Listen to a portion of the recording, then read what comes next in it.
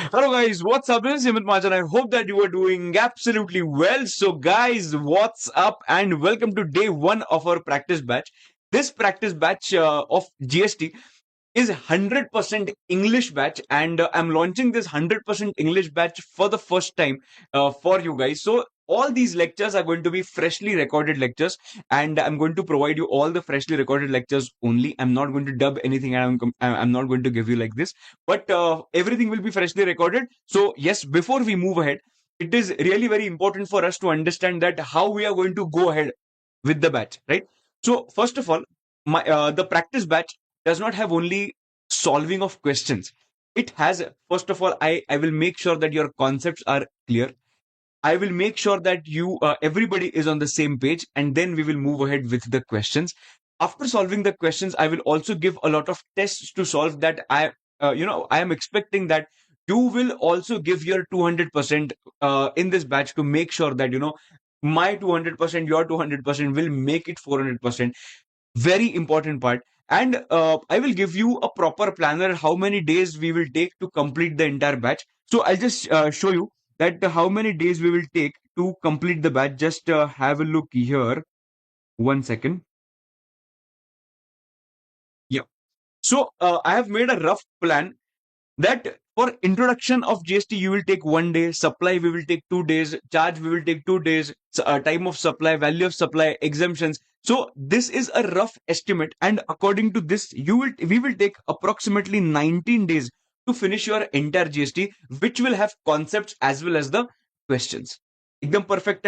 Okay, now let's move ahead with the first chapter which we have, that is basics of GST. So in this one lecture only, we will finish the entire the basics of GST. So please pay utmost attention here. Okay.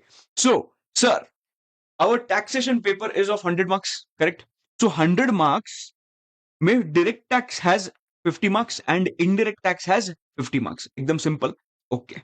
Now, if you see the question paper, you will find that 30 marks are of MCQs, right? And which are the most tricky part, which is the most tricky part, and the 70 marks is descriptive, right? So, how are we going to tackle this? Everything you'll understand, everything we will discuss everything. So don't worry at all. So first of all, let's start with the first topic, that is basics of GST. Sir, you please tell me what is the full form of GST. Please tell me what is the full form of GST. Sir, we know this. Full form of GST is goods and service tax. No. The full form of GST is goods and services tax. Please don't make a mistake. I know it's a very small point to consider because, sir, what is it? Goods and service tax and goods and services tax. I can't see any major difference. You can't see any major difference, but it is really very important for you to understand this difference, because once you will qualify maybe as a chartered accountant or a cost accountant or a company secretary, and after that if you say that I have learned, I know goods and service tax, people will make fun of you, and I don't want that to happen. That's why I'm telling you in on day one only that goods and service tax, the full form is goods and services tax and not goods and service tax. Number one. Point number two, what is the year of enactment? The year of enactment of GST is 2017. And if you see the exact date is 1/7/2017. Perfect. On first July 2017, the GST got enacted. Sir, who was the PM and who was the FM? PM was Shri Narendra Modi ji was our PM when GST got introduced. And who was the FM, finance minister? Finance minister was late Arun Jaitley ji, was the finance minister at that point of time. Perfect. Okay. Sir, is it applicable to Jammu and Kashmir? Because in 2017, they had the right to say no for GST. So please try to understand. Year of enactment of GST for the whole of India, except for Jammu and Kashmir, was 1/7/2017. And Jammu and Kashmir had not said yes earlier. For Jammu and Kashmir, the law got implemented from 8/7/2017. So for Jammu and Kashmir, it is not applicable from 1/7, it is applicable from 8/7. Perfect. Okay. Next point is GST is applicable on what? Very simple. GST is applicable on goods and services. Simple. Point number six, sir, which is the first country to implement GST? First country to implement GST is France, and in 1954, the GST got introduced in France. Now, I have a simple question that, sir, are we too late to implement GST? Or if we have not implemented GST, will we call it a backward region or backward country? Absolutely no. See, try to understand there are many countries still who have not implemented GST as of now. For example, Dubai. Dubai has not implemented GST. UK does not have GST. So does it mean that these countries are backward? Absolutely no. Please try to understand, for implementing GST, we need to have that much of that kind of framework of the government, right? And we have to see a lot of things because of which implementation of GST becomes difficult, right? And that's why in these countries like Dubai, UK, they thought that implementation of GST is not possible for us, and that's why they have continued with VAT. Understanding? Perfect, ekdam. Okay. And in India, actually, it got introduced in 2017, but the discussions about GST had started from early 2000s only. Okay. So, and finally, in 2017, it got implemented. Perfect. Just for your information, I've just given this information, given this table about the GST collection in 2024. Sir, what do you think? Which state must be contributing the most in GST? Maharashtra is the state which is contributing the most in GST. If you can see this, Maharashtra, the total collection in 2024 was 3,18,000 rupees, 3,18,497 crores in April, in the last year, and only in case of in the month of April 25 recent, it has 41,645 crore. This is only for information. Nothing is going to come in your exam related to this. Don't worry. Perfect. Okay, then Karnataka, then Gujarat, Tamil Nadu, Uttar Pradesh, Haryana, West Bengal, Rajasthan, Telangana, and Andhra Pradesh. Perfect. Okay, let's move ahead.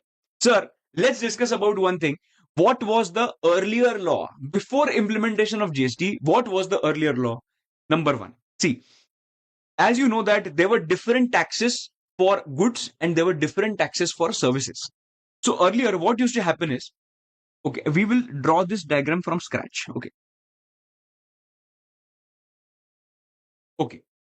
Now I want to sell goods. Now, if I want to sell goods, first of all, I will manufacture those goods. I will manufacture those goods. Okay. Once I was once I start my manufacturing, I had to pay excise duty on manufacturing. Sir, I did not sell. Does not matter. Does not matter whether you have sold those goods or no. Since you have manufactured those goods, khel khatam, which means you will have to pay excise duty. Understanding? Okay. Next point. Once I have manufactured these goods, of course, I'll have to sell these goods. Perfect. So whenever I will sell these goods, at that point of time, I will have to see whether I'm selling these goods interstate or intrastate. That is within the state or outside the state. If I'm selling these goods within the state, I will call that transaction as intrastate transaction. I will call that transaction as, sorry, intrastate transaction. And if I'm selling the goods in a different state, I will call that transaction as interstate transaction. Perfect. Now, I manufactured the goods, I'll have to pay excise duty. If I have to sell these goods, if it is intrastate transaction within the same state, then in that case, I had to pay value added tax, that is VAT. And if it is between two states, then in that case, I had to pay sales tax. Understanding? Perfect. Or you can say central sales tax. Okay, CST. Okay, sir. Sir, I manufactured the goods, I had to pay excise duty. If I have to sell it, if it is within the state, it is VAT. If it is between two states, then in that case, I had to pay CST, that is central sales tax. Super. Okay. So this is the background of goods. Perfect. Okay. And this is very important for us to understand. And if I talk about services, of course, I had to pay what? Service tax. Okay, sir. We understood. Now let's talk about this point that which revenue or which revenue will go to which government. For example, if I get any revenue from excise duty, it will go to which government? It will go to, can you try answering this? This, this, and service tax. I will give you 10 seconds to think and then we will discuss. Discuss as in I will discuss. So excise duty का revenue will go to central government. Excise duty का revenue will go to central government. VAT का revenue will go to state government. Okay. Central sales tax revenue will go to central government and service tax का revenue will go to central government. And this is also very important for us to understand because we need to understand why did they introduce GST? And for that, we need to understand this. So excise duty will go to central government. Intrastate, which means VAT will go to state government. Interstate, central sales tax will go to central government. And service tax will go to central government. Superb, sir. Let's move ahead. Sir, what is the difference between direct tax and indirect tax? Very simple point. Very simple point. Let's take an example that I'm working in a company and I'm getting 10 crore rupees as salary. 10 crores. Let's take an example. If I'm getting 10 crore rupees, of course, I will not be coming in front of you and teaching this. But yes, let's take an example that my income is 10 crores. I have a simple question. It is whose income? Amit Mahajan's income. If it is Amit Mahajan's income, who will have to go to the government and pay the income tax? Who will have to go to the government and pay the income tax? Of course, Amit Mahajan will have to go to the government and pay the income tax. There is no doubt about this. Correct? Okay. So, Amit Mahajan will go to the government and pay the income tax. Okay, no problem. Now, I will take one more example. I will continue this example. Just 1 minute. Yeah. I will continue this example. Now, I'm earning 10 crores. Okay, no problem. But I'm married. So, ultimately, my expenses are very high. Correct? I'm married and my expenses are very high because my wife is very demanding. She needs everything branded. Matlab, she wants only Apple phone. She can't use any other phone. Oh, she wants only Apple. वो भी pro चाहिए. She wants only pro. Then if she wants to use the headphones, then in that case she will not buy anything else other than with AirPods. She will only buy AirPods. She wants AC, that also 5-star AC. So she's very demanding. Basically, you can feel me, right? What kind of struggle I'm having, even though I'm earning what 10 crore rupees. Correct? Okay. Now what happens is she said that she wants to change the AC. I can't say anything. I had to go to the Chroma and I have to purchase another AC. So I went to Chroma and I asked that Chroma guy, please, can you please show me one 5-star AC which will be reasonable? My wife said, no, no, no, we want 5-star AC. I said, okay, madam, okay, no problem, madam, okay, okay. So I want 5-star AC. So Chroma, of course, sold that 5-star AC to me. We bought it. And along with the AC, they gave me one more expensive thing, that is tax invoice. That is tax invoice. Perfect. Now, if I see the value of that particular AC, I can see the value as 1 lakh. Of course, they will charge GST on that. And it is 1 lakh 18,000. Sorry, the GST will be 18%. It will be what? 18,000. Okay. And then the final figure which they took from me, that is 1 lakh 18,000. Perfect. So I must have given Chroma 1 lakh 18,000. Now you think from Chroma's perspective. What did Chroma do with these 1 lakh 18,000 rupees? So Chroma took 1 lakh 18,000, kept 1 lakh in its pocket and gave 18,000 to government. Perfect? Okay. Now let's understand what is the difference between direct tax and indirect tax. Can I say that in case of income tax, I earned income of 10 crores I paid income tax on 10 crores. It is whose responsibility to go to the government and pay the income tax? It was Amit Mahajan's responsibility to go to the government and pay the income tax. Please try to understand here the person who is earning the income and person who is going to the government and paying the income tax is the same. So can I say I went to the government and paid the income tax? So can I say I paid the tax directly to the government?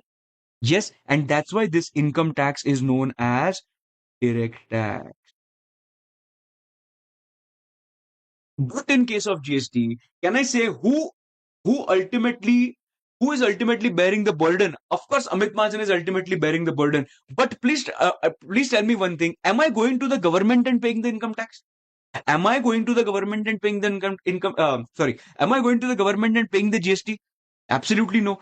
But I'm not going to the government and paying the GST, but I'm going to Chroma and giving 18,000 rupees to Chroma, where Chroma is going ultimately to the government and paying the GST of 18,000. But 18,000 rupees is given to the Chroma by Amit Mahajan only. So can I say ultimately the person who paid that GST is Amit Mahajan only? Understanding. So, did I pay this GST? Did I pay this GST directly to the government? No, I paid this GST through Chroma. So, can I say I paid this tax of GST to the government, not directly, but indirectly, and that's why this GST is known as an indirect tax. The tax which is paid indirectly to the government, that tax is known as an indirect tax. Perfect. Okay. Now I hope this is clear. This was basic. Okay, let's understand the basic concept of input tax credit. Okay. Then there is one manufacturer, there is one retailer, and there is one consumer. Okay. There is one manufacturer. Manufacturer sold certain goods to the retailer worth 10 lakhs. And of course, they will charge GST of 1 lakh rupees. Let's assume that the GST is 1 lakh. Okay. What will retailer do? Retailer will make a payment of 11 lakhs to the manufacturer. Okay. Now, please tell me, retailer is giving the goods further, right? So retailer will sell these goods further for 15 lakhs, and on that 1.5 lakhs ka GST will be applicable. So consumer will pay 1.5 lakhs. Sorry, consumer will pay 16.5 lakhs to the retailer, which has 1.5 lakh ka tax. Now, can I say it is retailer's responsibility to go to the government and pay this 1.5 lakhs ka tax? Yes. So, what is retailer's outward tax? What is retailer's outward tax? Retailer's outward tax is 1.5 lakhs. But can I say on the same goods, retailer has already paid 1 lakh rupees ka tax at the time of purchase? Because on the same goods, can I say retailer paid 11 lakhs, which means it has 10 lakhs plus 1 lakh. So this 1 lakh rupees, this manufacturer must have paid to the government. So can I say this 1 lakh rupees is already with the government for these goods? Perfect understanding. And I have to pay how much? 1.5 lakhs. I am telling this to the government, you already have my 1 lakh rupees. So I'm not going to pay 1 lakh rupees once again. So my outward tax is 1.5. But can I say I will be able to take the credit of 1 lakh? I will be able to take a credit of 1 lakh. So 50,000 rupees is the GST liability which the retailer has towards the government. Perfect. So 1.5 lakhs is his outward tax. 1 lakh is his credit, that is input tax. He will be able to take the credit of this input tax, which means he will have to pay the GST liability of 50,000 rupees. I hope that you are crystal clear with this concept. Perfect. Okay. Let's take another example. There is one manufacturer. I think this is the same example. Let's go ahead with another example, different example. Okay. Now, you know that I'm into teaching. Of course, that's why you are watching my video. So, you all are these innocent kids. Okay. What happened is, I'm telling you that, I will give you the service of teaching. You will have to pay me some consideration. Okay, no problem. Now, you paid me from all the students cumulatively. I got 1 crore rupees. Felt good. 1 crore rupees. Then I must have charged GST also. So assume that I charge GST of 10 lakh rupees. So GST of 10 lakh rupees. Okay, no problem. So I will have to pay 10 lakh rupees ka GST to the government, everybody. Yes, perfect. For giving this service, so I'm making a video in front of you that don't you think I also must be having some inward supplies? Of course, yes, because I will need an AC to sit in a room, correct? So I will need an AC. I will buy that AC for 1 lakh rupees, where the GST component is 10,000. Perfect. After that, I will need a camera to shoot myself. So shoot as in shoot myself. So that's why I bought the camera for 2 lakh rupees, where the GST component is 20,000 rupees. Perfect. Now I bought a laptop also, because from that laptop only I will teach you, right? So I bought a laptop for 1 lakh rupees, and the GST which I paid for buying the laptop is 10,000 rupees. So I can say here that I paid 10,000, 20,000, and 10,000 ka GST while purchasing and availing these services. Correct? In this case, purchasing these goods. So can I say all these goods or all these inward supplies which I'm having, that is for providing service to you, right? So don't you think I should get the ITC of 10,000, 20,000, and 10,000 also? Absolutely right. So government said no problem. So do one thing. What is Amit's outward tax? What is Amit's outward tax? Amit's outward tax is 10 lakhs. What is Amit's ITC? Now, for availing the ITC, it is not mandatory to sell AC only. If my inward supply is AC, my outward supply should only be AC, then only I will get the ITC. No. If anything I'm purchasing, which I'm using it for my outward supply, I will get the ITC of everything. So can I say AC is required for a business? Yes. This camera is required for my business? Yes. This laptop is required for my business? Yes. And that's why I will get the ITC for all these things. And that's why my ITC amount will be 10 plus 20 plus 10, which will be 40,000 rupees.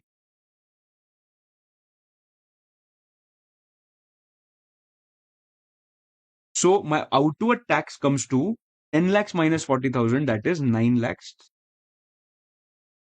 Are you clear with this concept of ITC? Perfect. Chalo, let's move ahead. Let's try to understand now what is the exact need, or what was the exact need of introduction of GST. What was the problem earlier? Let's understand the problem first. Okay. Now, again, I will take an example of manufacturer, retailer, and consumer.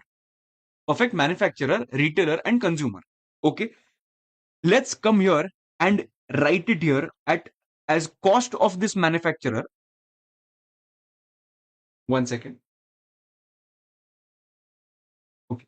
Cost of this manufacturer is 1 lakh rupees.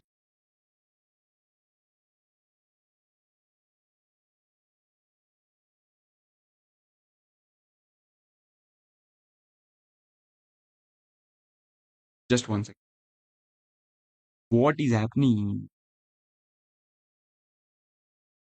Okay. Cost for the manufacturer is 1 lakh rupees. Of course, he will also add profit. Profit, say for example, that profit is 10,000. And the selling price comes to 1 lakh 10,000. Okay. Now, okay, I'll again tell you what is happening here. Before GST, what was the law? We are discussing everything about VAT. When VAT was there, what was the condition?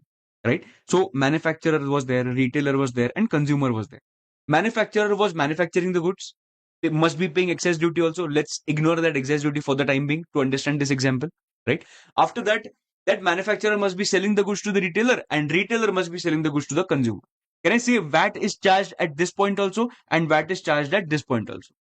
Perfect. Okay. Manufacturer's cost to make the goods is 1 lakh rupees.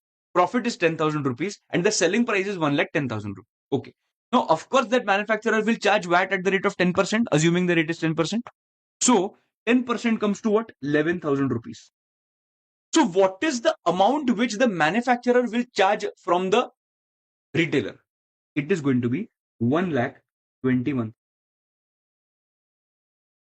Understanding? Perfect. So this is the amount which the retailer will charge from the manufacturer will charge from the retailer. And this is the amount, that is 1,21,000, which will be paid by the retailer to the manufacturer. Okay. I have a simple question to ask. Can you please tell me what will be the cost for the retailer? Can you please tell me what will be the cost for the retailer? One small hint and one small additional information. Whenever retailer will sell the goods further, retailer is going to get a credit. मतलब जो 11,000 है उसका credit retailer is going to get. Okay, just this is the hint I want to give you. Now, can you try? My question is very simple. What will be the cost for the retailer? You will see, sir, very simple. Cost for the retailer is the amount which is paid by the retailer. What is the amount which is paid by the retailer? The amount which is paid by the retailer is 1,21,000. Sir, what is this question? 1,21,000 is going to be the cost. Very simple. But no, you are absolutely wrong. If you're thinking 1,21,000 is the cost for the retailer, you are absolutely wrong. I will say the cost for the retailer is the cost for the retailer is only and only 1,10,000. Sir, what are you saying? Cost for the retailer is only 1,10,000, but he paid 121. I agree. I agree he paid 121, but this retailer is going to get a benefit of 11,000 rupees. Whenever he will sell it further, at that point of time, he is going to take a credit of 11,000 rupees. That's why retailer ke liye, for that retailer, this VAT of 11,000 rupees is not his cost. But sir, he paid 11,000 rupees. How can you say it is not his cost? I will give you one simple example. Okay. Let's take a simple example. If you go to Chroma and you want to buy one phone, and that cost of that phone is 1 lakh rupees. Okay. You at the time of payment of 1 lakh rupees, you ask that shopkeeper, boss, do you have any discount on this? He said, we don't have any discount on this particular phone, but if you use ICICI credit card, you will get 10,000 cashback. Right? I said, okay, I have ICICI credit card, and if I use this credit card, I will get a cashback after 90 days. He said, you'll get a cashback after 90 days. Okay, I will repeat this. I went to Chroma and I asked Chroma I wanted to buy a phone. I asked Chroma to give me a phone. That phone was costing 1 lakh rupees, and I asked for a discount. He said he does not, he can't give any discount right now. But I asked for a discount, then he said that you can do one thing. If you use ICICI credit card, you will get 10,000 rupees cashback after 90 days. I said, the deal is good. Yeah? Let's do one thing. Let's go ahead with ICICI credit card. So what did I do? I swiped ICICI credit card and my amount got debited was 1 lakh rupees. Barabar. And I'm going to get 10,000 rupees cashback. Okay. You got the phone, you came outside the shop and you, or maybe one friend, you saw one friend and that friend asked you, what did you buy? You said that, I bought one iPhone, and that person asked for the price, that for how much amount did you buy this phone for? What will you say? What is the actual cost for you? Is it 1 lakh rupees or is it 90,000 rupees? You know that, this from inside, that this is costing 90,000. But can I say that you will always say that this phone is of 90,000 rupees and not 1 lakh rupees? Why? Because you are going to get a cashback of 10,000 rupees. But can I say, did you pay 1 lakh rupees right now? Yes, you have paid 1 lakh rupees right now and you are going to get a benefit at a future date. So you know that you are going to get a benefit of 10,000 rupees at a future date, that is after 90 days. That's why you said the cost of the phone was 90,000 and not 1 lakh. Coming to the same point here, can I say you are right now paying 1,21,000, but you know that you are going to get a benefit of 11,000 rupees in future, and that's why the cost for you, even though you have paid 1,21,000, the cost for you is only 1,10,000 and not 1,20,000. Exactly like iPhone, even though you have paid 1 lakh rupees, but you know that you are going to get a benefit of 10,000 rupees. That's why your cost is not actually 1 lakh. It is actually what? 90,000 rupees. You can use the same example here. Understanding? So when the retailer will sell this phone further, or these goods further, he will also add some profit, right? Say for example, the profit is 20,000 and the selling price comes to 1,30,000 to the customer, correct? Of course, retailer will also charge VAT, so it is going to be 13,000. Okay, sir, 13,000 VAT. So this will come as 1,43,000 rupees.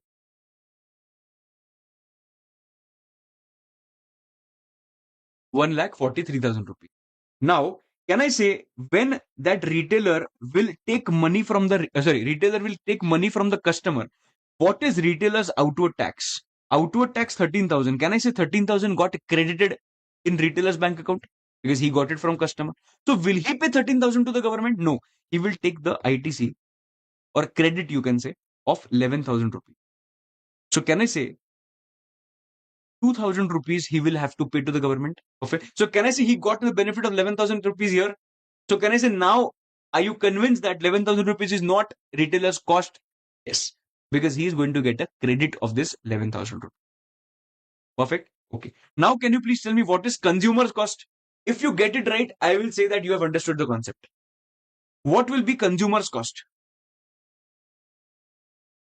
The consumer cost is going to be 1,43,000. Sir, here, why not 1,30,000? Because consumer is not going to get a credit of this 13,000 rupees because he's a consumer. And that's why cost for him is going to be 1,43,000. Perfect. Because the consumer never gets the credit, the ultimate burden of the tax, that is VAT, that is on the consumer, and consumer will not get the credit. That's why the cost for the consumer is 1,43,000. Super. Now let's come back to the point where GST is introduced. If GST is introduced, okay, when GST was not there, we discussed when VAT was there, what is the situation? Let's discuss when GST is there, what will be the situation? Same example, manufacturer, retailer, and consumer. Let's come here and take an example. Cost. What is the cost? 1 lakh rupees is the cost. What is the profit? 10,000 rupees is the profit. What is the selling price? 1,10,000 is the selling price. What is the GST? If GST is applicable, 11,000 is the GST. Can I say 121 is the value? Yes. Sir, what is the cost for the retailer? Using the same logic, can I say this retailer will get the credit of this 11,000 rupees everyone? And that's why cost for the retailer is not 1,21,000, it is actually 1,10,000. Perfect. What is the profit? Profit is 20,000 rupees. Perfect. What is the selling price? Selling price is say 1,30,000 rupees, and of again GST is charged at 13,000 rupees. So value comes to 1,43,000.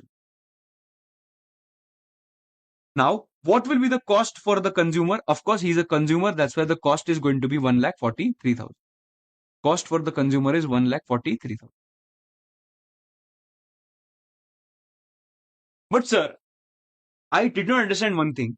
When GST was not there, the computation was the same. When GST got introduced, computation is still the same. So why did they introduce GST? So my point is, if this is the situation, there was no requirement of introducing GST. As I have proved that this is not the reason for introduction of GST, and that's why we were checking step by step. Okay, is this the problem? Was VAT the problem? No. Okay, we understood that when VAT was there, ultimately the amount which will come on the burden which will come on the consumer, it is going to be 143 only. If GST is there, ultimately the cost for the consumer is 143 only. So here there is no problem in VAT, and this is not the reason for introduction of GST. Now let's discuss one more example where VAT and service tax is there. Okay, let's take an example. There is one consultant here. He's from Maharashtra. Okay. And there is one client here uh, who is from West Bengal. Okay. Now, of course, that client is asking for some consultancy service. Okay. And that consultant said, no problem. I will give you that consultancy service. Okay. This Maharashtra guy charged 1,30,000 rupees to the client for providing consultancy service. So, can I say if GST is not there, before GST, for providing any service, can I say service tax was charged? Right? So on 1,30,000 rupees, service tax of 13,000 was charged. Perfect. So please tell me for the client, what is going to be how much amount will client pay to the consultant? 1,30,000 and 13,000 ka service tax. Okay, perfect. Now for providing this service, consultant needs a laptop, AC, whatever it is. So say for example, consultant bought a laptop from a laptop vendor and he's also from Maharashtra. Okay, ठीक है. Now, please understand, laptop vendor charged 1 lakh rupees from the consultant And since it is in the same state, the transaction is happening within the same state, can I say sale of goods within the same state? Pe lagega VAT. What will be applicable? VAT will be applicable, and assume that the rate is going to be 10%. So amount will be 10,000 rupees. Perfect.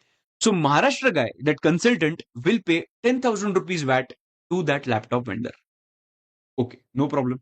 Now I have one simple question. Will this consultant be able to take the credit of this 10,000 against this 30,000? Ideally, the answer should be yes. That this laptop was used for providing this service. And that's why this 10,000 rupees credit should be used for utilizing against 13,000 rupees of service tax. Perfect. But please understand one thing. There was a major practical difficulty which we were facing. And what was the practical difficulty? Okay. You tell me one thing. This service tax revenue, this service tax ka cost. Okay. So I collected 130 and 13,000 rupees service tax. I will keep that 130 with me, and 13,000 rupees service tax I will pay to the government. Yes. Now let's discuss, this service tax will be paid to which government? This service tax will be paid to which government? This service tax will be paid to central government. Matlab, it will go to Modi ji. Now, when I'm giving this 13,000 rupees to Modi ji, I told Modi ji that I will not pay 13,000 Modi ji, I will pay only 3,000 rupees to you, because I have already given 10,000 rupees to you at the time of purchase of laptop, and that's why I will give only 3,000 rupees to you. So Modi ji is like, why 3,000? Why not 13,000? Again, I'm saying that Modi ji, you did not understand my sentence. I said that I have to pay 13,000 rupees to you, but I agree that I have to pay 13,000. But I have already paid 10,000 rupees to at the time of purchase of laptop. Now Modi ji is searching for that 10,000 rupees. Modi ji did not find that 10,000 rupees. So please understand, where did this 10,000 go? Understand one thing, when the laptop vendor was charging the amount of VAT from the consultant, laptop vendor collected 10,000 rupees as VAT, but this VAT revenue will go to which government? This VAT revenue will go to Maharashtra government. Can I say this 10,000 was there with Maharashtra government? Now, can I say that Modi ji, I had already given 10,000 rupees to Maharashtra government? Why will Modi ji say, okay, no problem, you have paid 10,000 rupees to Maharashtra government? No, you pay 10,000 rupees less and you pay only 3,000 rupees to me. Why will Modi ji agree to this? Did we pay to Modi ji? No. So will Modi ji agree to give us credit of 10,000 rupees? No. So please understand, my inward supply, pay the tax which is getting paid, that is to the state government, and on my outward supply, the tax it is going to be paid, that is to the central government. And that's why there was a difficulty in taking a credit of the state government against the outward tax of central government. And that's why, even though I have paid 10,000 rupees cut tax, but still I was not getting a credit of 10,000. Modi ji asked me to pay entire 13,000 rupees. Why? Because Modi did not agree with the sentence that I have already paid that 10,000 rupees to Maharashtra government. He did not agree to this fact. And that's why I have to pay 13,000 rupees as it is to the central government. And of course, 10,000 rupees I have already paid to the laptop vendor, and laptop vendor must have paid to the government. So can I say this is a burden? I'm not going to get a credit of this. Yes. So what is going to be the consequence? I will tell you what is going to be the consequence. Please pay attention here. When laptop vendor is selling the laptop to the consultant, can I say laptop vendor must be having some cost? Say for example, that is 10,000 rupees. This pen is not working. Say for example, it is 70,000 rupees. Okay. Now he added profit to it. Profit, say for example, is 30,000 rupees. What is the selling price? Selling price is 1 lakh.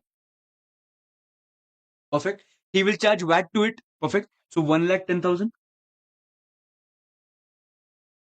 Okay. So it will come to 1 lakh 10. Okay. What will be if consultant is not going to get a credit of 10,000 rupees? What will be consultant's cost? Can you please tell me?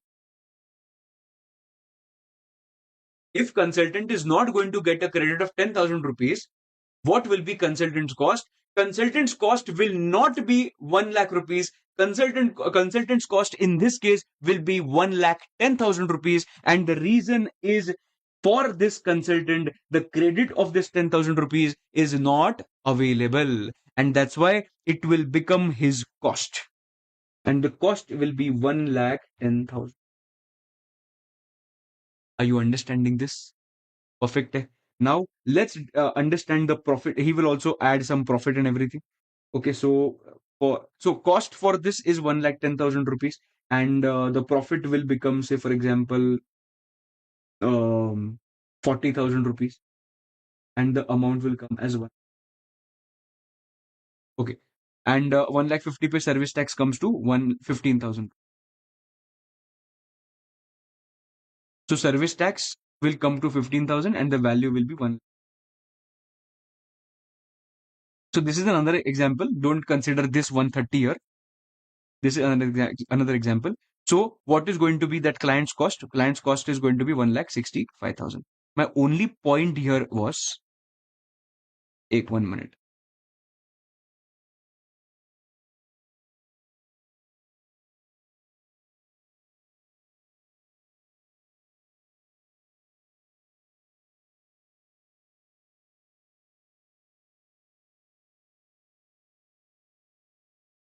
The only point was, it will be added to the cost. Since it is being added to the cost of the consultant, ultimately it will add this cost of the client, because consultant's cost is high. So of course, ultimate burden of that cost of additional 10,000 will go to the client. So don't you think this is wrong? This is absolutely wrong. And I will give you one more example of this, why this is wrong. While I am computing this service tax of 10%, please understand one thing. While I'm computing the service tax of 10%, can I say this 10% is on 1,50,000, everyone? Correct? So this 1,50,000, let's break it down. This 1,50,000 has two components.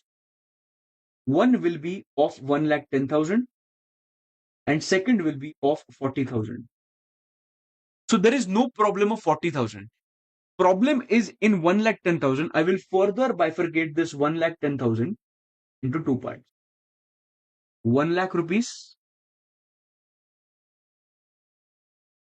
and the GST here, 1 lakh rupees, and this VAT of 10,000 rupees. So I will come here and write VAT of 10,000. Okay. Now, please tell me one thing. This service tax of 10%, this service tax of 10% is on 1,50,000. Perfect. 150 has the cost of 110 and profit of 40,000. Okay. When we are computing this cost of 110, can I say 10,000 rupees is a VAT component, which is a tax component? Yes. So can I say I'm charging service tax of 10% on 1 lakh rupees also and 10,000 rupees also? So can I say I'm computing tax of 10% of service tax on the VAT component also? And this is called tax on tax. This is called as a tax on tax, and this is ethically not right. You are charging tax on tax, and this is why you are getting this cascading effect. What do you call this as? This is called as a cascading effect. When you have a tax on tax, this is called as cascading effect, right? So don't you think this is wrong? Because service tax of 10% is on 150. 150 has 1 lakh 10 and 40,000. In this 1 lakh 10,000, there is a component of VAT of 10,000 rupees. So can I say we are computing service tax of 10% on the VAT component also? This is wrong.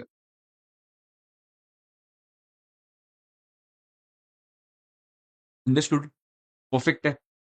Okay. And that's why there was a need of introduction of GST, where I will get the credit of everything. I will get a credit of everything. Now I will tell you, when GST will be introduced, what will be the answer? See, when GST will be introduced, same situation. Client is asking for the service from consultant. Client is from West Bengal and consultant is from Maharashtra. Okay. Maharashtra guy is providing service of 1,20,000, where GST of 12,000 rupees was charged. Okay, so outward supply पे GST is 12%, 12,000 rupees.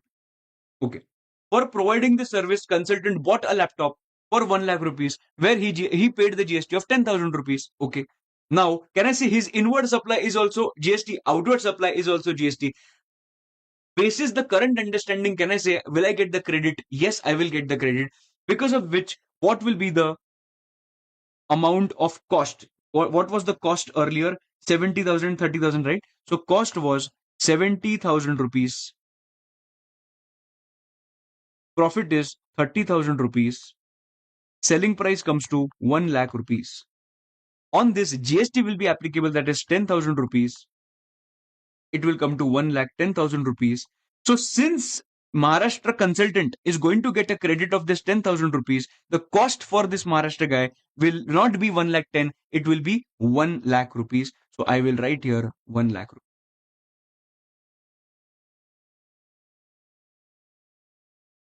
Perfect. What was the profit earlier? I will use the same profit, that is 40,000 rupees. So total you will get 1 lakh 50,000 rupees.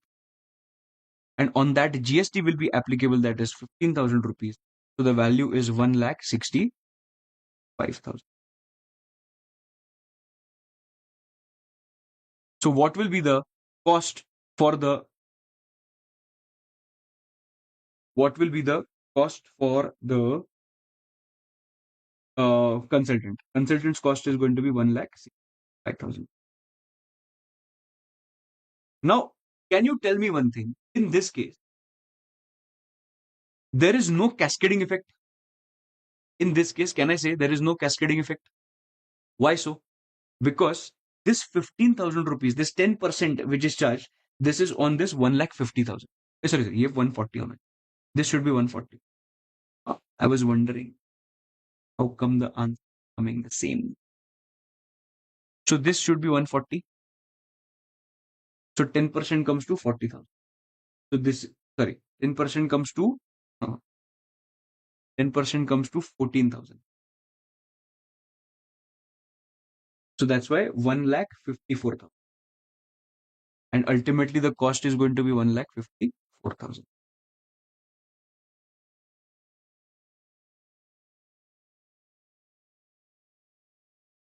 Correct?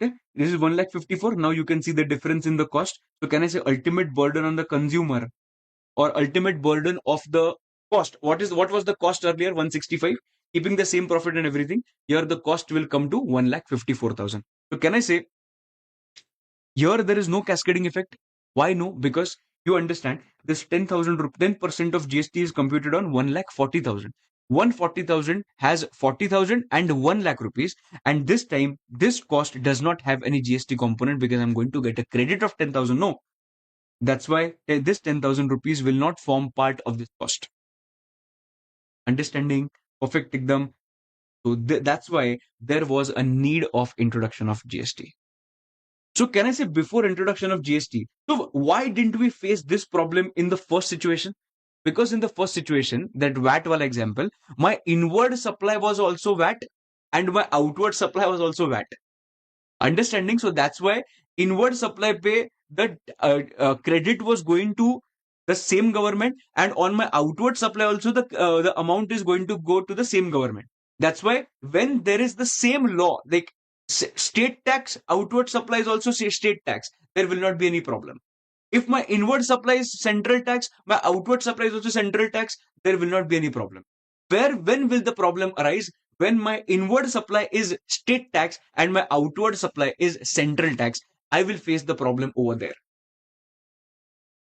And I was facing a problem over there, and that's why they eliminated this risk by introduction of GST, where you will get the credit at every level. Perfect. Okay, we discussed this. कितना समझा देखते हैं, which means let's see how much you have understood. Okay, if my inward supply is VAT and my outward supply service tax is charged, can you tell me, will I get a credit of VAT? No.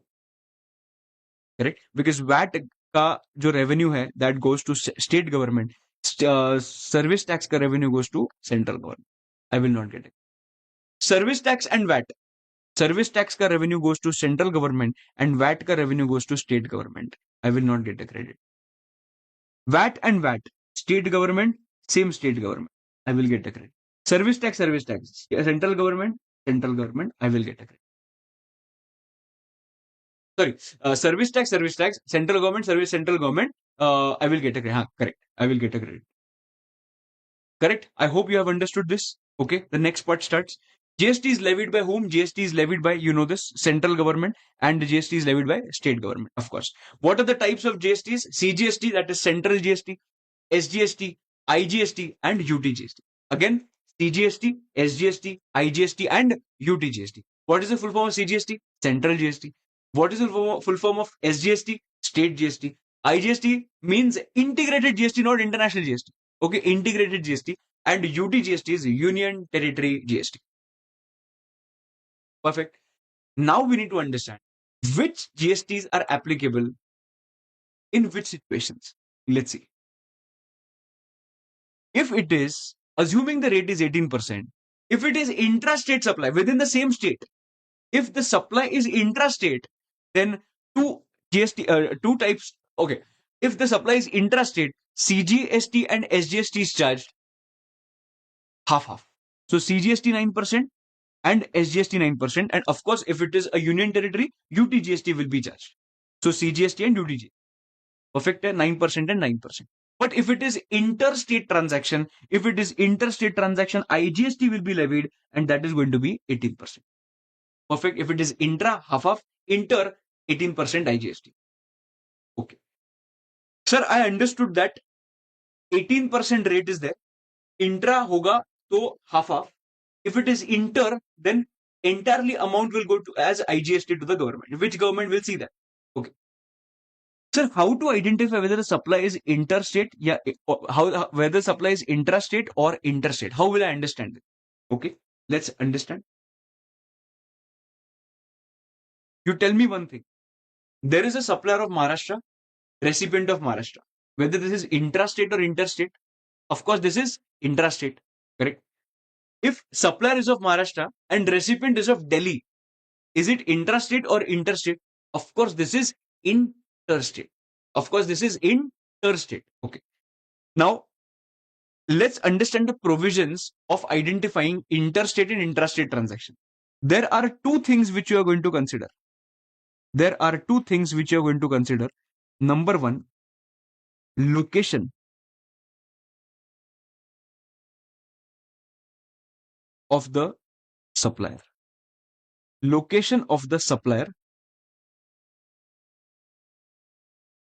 Second,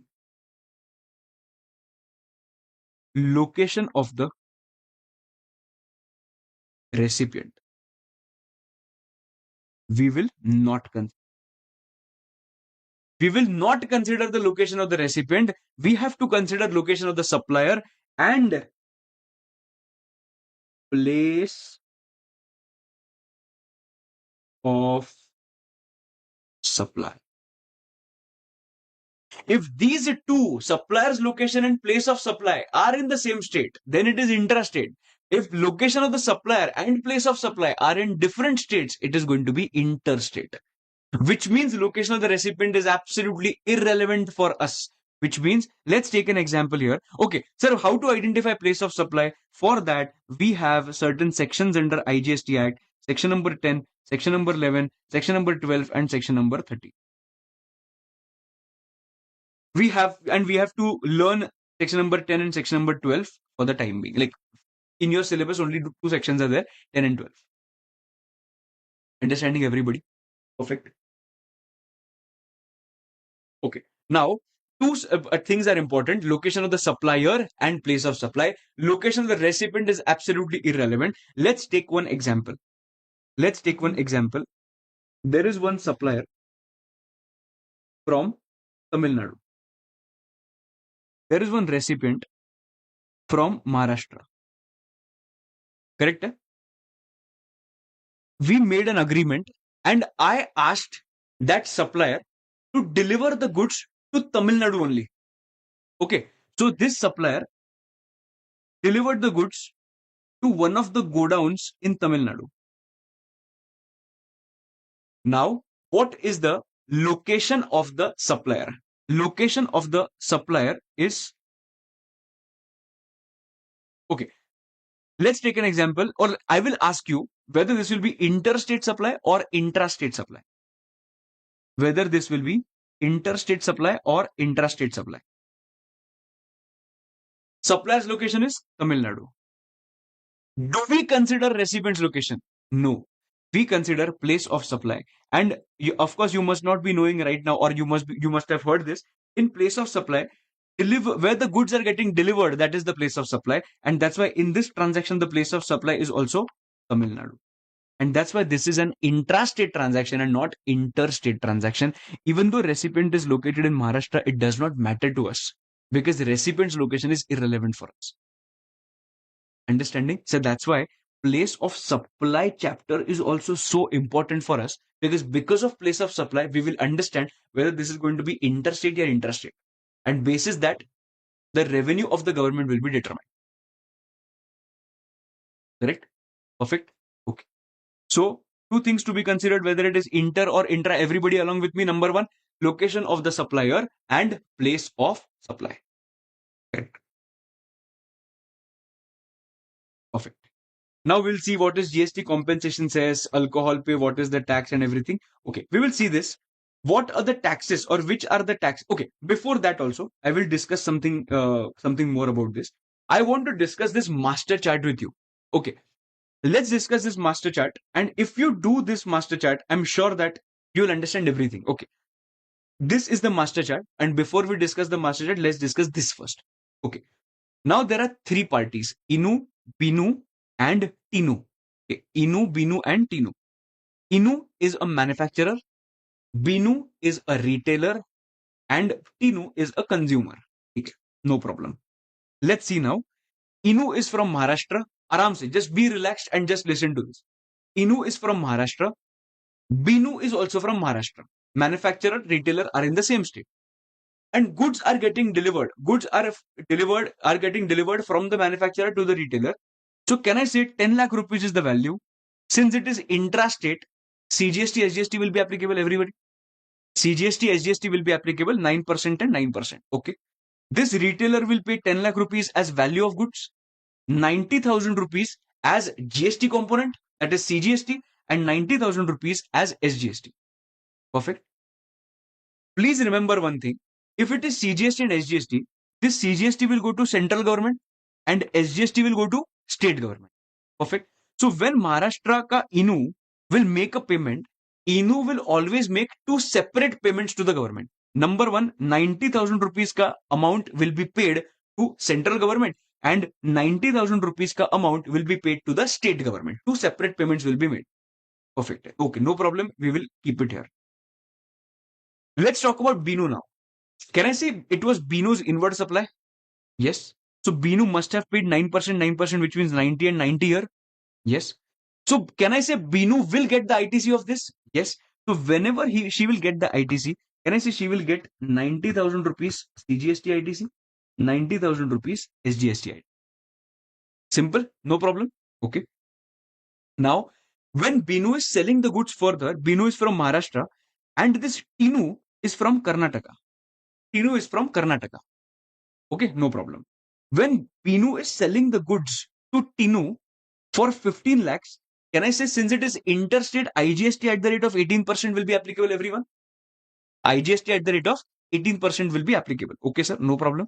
So this Karnataka lady, Tinu, will pay 18% IGST to Maharashtra ke Binu. Can I say Binu will have to pay 18% of IGST to the government? Yes. And this is Binu's outward supply ka tax. That is outward tax. Okay. Now, Binu will go to the government. What is Binu's outward tax? Binu's outward tax is 15 lakhs ka 18%. Let's identify 15 lakhs ka 18% comes to 2,70,000 rupees. Can I say output tax is 2,70,000 rupees? Perfect. Now, can I say that she will be able to use this ITC also? 90 and 90 ka ITC? Yes. So, she will reduce the ITC of 90 and 90.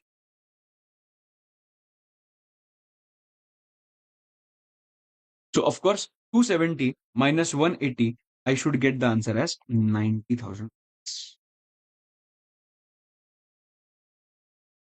Perfect. hai? So she will have to pay IGST of 90,000 rupees to the central government. Okay. Now, please try to understand why does it happen where IGST is paid completely as 18% to the center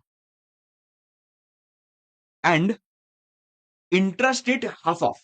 Please understand, in case of intrastate, we are only making two separate payments, half to the state and half to the center and half to the state. Okay. But in case of IGST, what happens is I first make a payment to the central government. First, I make a payment to the central government, and then central government will bifurcate 9% and 9% to the state and center, which means center will first collect 18, it will keep 9% with itself and will distribute this 9% at the back end to the state government. Understanding, and this is for the better administration of the tax receipt of the tax revenue. It is better. This eliminates the confusion, or this eliminates all the possible confusions in making a payment of tax. First of all, they said we will do one thing. First, we will make a payment to the center, and this center will then distribute half of the tax to the state at back end. Perfect, no problem. Okay, now just look here. I have a simple question to ask. Can I say when Binu will make a payment of IGST to the government, how much? Like we have discussed 90,000 rupees. This IGST will be paid to the center. Now the question is, we had seen that IGST gets distributed between, like distributed as in it will keep half with itself, central government, and it will distribute half to the state. The question comes, which state? It will go to Maharashtra state or it will go to Karnataka state? What do you think? Dekho, when we make a payment of IGST, first pay entire amount to central government, and then half will be transferred by central government to the state. The question is, which state? Maharashtra state or Karnataka state? Center will distribute half to which state? Because Maharashtra state will say that the seller was from Maharashtra. The goods originated from Maharashtra only. So that's why half revenue should come to Maharashtra. Recipient will say, no, no, no. The goods were consumed in Karnataka. That's why the revenue should go to Karnataka. And that's why they said, no, no, let's decide one thing and let's discuss that GST is a destination based tax. GST is a destination based tax where the goods are getting destined, that is, Karnataka will get the half of the revenue and not Maharashtra. You'll say, sir, this is wrong. Why will Maharashtra agree to this? I understand in this transaction it is Maharashtra's loss because Maharashtra is not getting the revenue, but somewhere or the other Maharashtra also must have got those goods, no? So Maharashtra government must have got the GST of that particular SGST. Correct? So please understand here at the time of getting the goods, can I say here SGST was paid to Maharashtra government only? Correct? So please understand, while introduction of GST, all the states should cooperate, then only this will be successful. In this case, in this particular transaction, Maharashtra government will have to sacrifice GST, and they have to understand that in this transaction, maybe Maharashtra government will not get the GST, but in somewhere or the other where Maharashtra must be getting some goods, at that point of time, Maharashtra must be some destination, no? So Maharashtra government must be getting the GST revenue. So in this transaction, which government will get the GST? Karnataka government will get the GST. Understanding? Sure. Okay. Now let's discuss this master chart. Once you understand this master chart, you'll understand everything which is there in the notebook, or in the book. Okay. We have four persons now. Number one, manufacturer. Number two, retailer, and consumer. Perfect? Okay. Now, let's take an example. Maharashtra is a here there is a manufacturer from Maharashtra. There is a retailer from Maharashtra. Okay. Manufacturer sold certain goods for 1 lakh rupees where GST is charged at the rate of 10%. Okay. So which GST will be charged? CGST or SGST? CGST and SGST. Correct? So here 5,000 rupees SGST and CGST will be charged. Perfect. Can I say Maharashtra ka retailer will get the ITC of CGST and SGST 5,000, 5,000? So retailer will get the ITC of 5,000 and 5,000. Okay.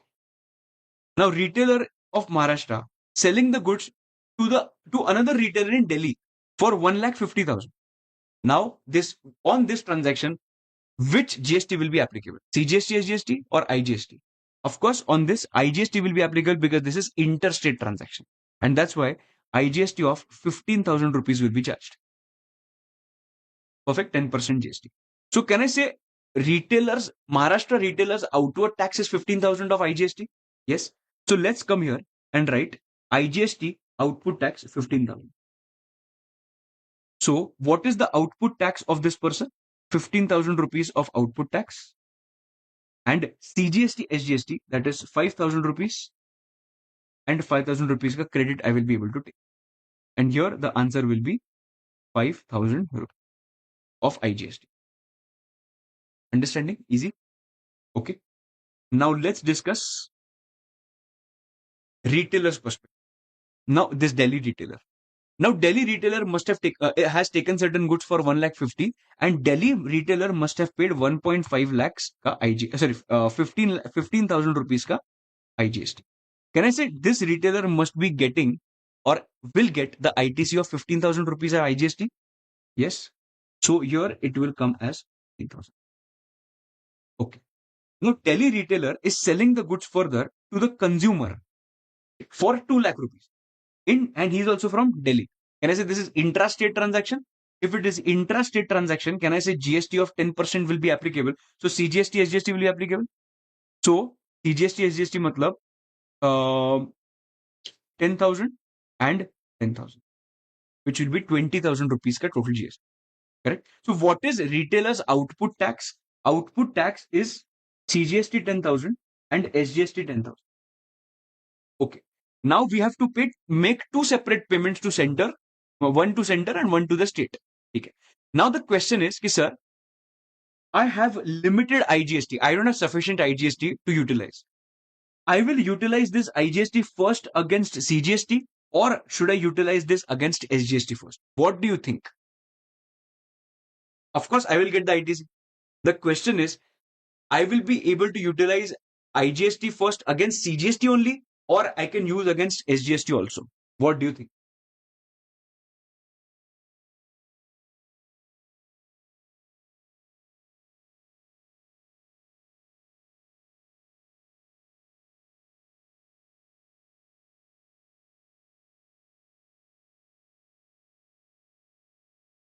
In this case, please understand, they have said that it is your choice. It is your choice. You want to use IGST first against CGST, you can use that. You want to use IGST against SGST, you can do that. You want to use 5,000 against CGST and 10,000 against SGST, you can do that. They have given all the freedom to us. So first, what I will do is CGST against I will use. So 10,000 rupees minus ITC of 10,000 rupees. Perfect. My answer will come as nil. Nil as CGST liability. What is SGST liability? 10,000. How much ITC I'm left with? 10,000 minus, sorry, 15,000 minus 10,000 comes to 5,000. So my ITC will come to 5,000. So I will have to pay the SGST of 5,000 rupees. Perfect. No problem. And of course, for the consumer, there is no question of taking any ITC, or he'll have to pay the entire GST. So if you have understood this master chart, you will understand everything further. And this is very important. Like, if it is intrastate with GST to be charged, if it is interstate with GST to be charged, will I get the ITC? So this is the master chart which I want you to do in the first chapter. This is very important. Do it very carefully and do it very well. Perfect. No problem. Now, let's discuss certain points which are a bit theoretical. Now, which are those points? Let's discuss. See,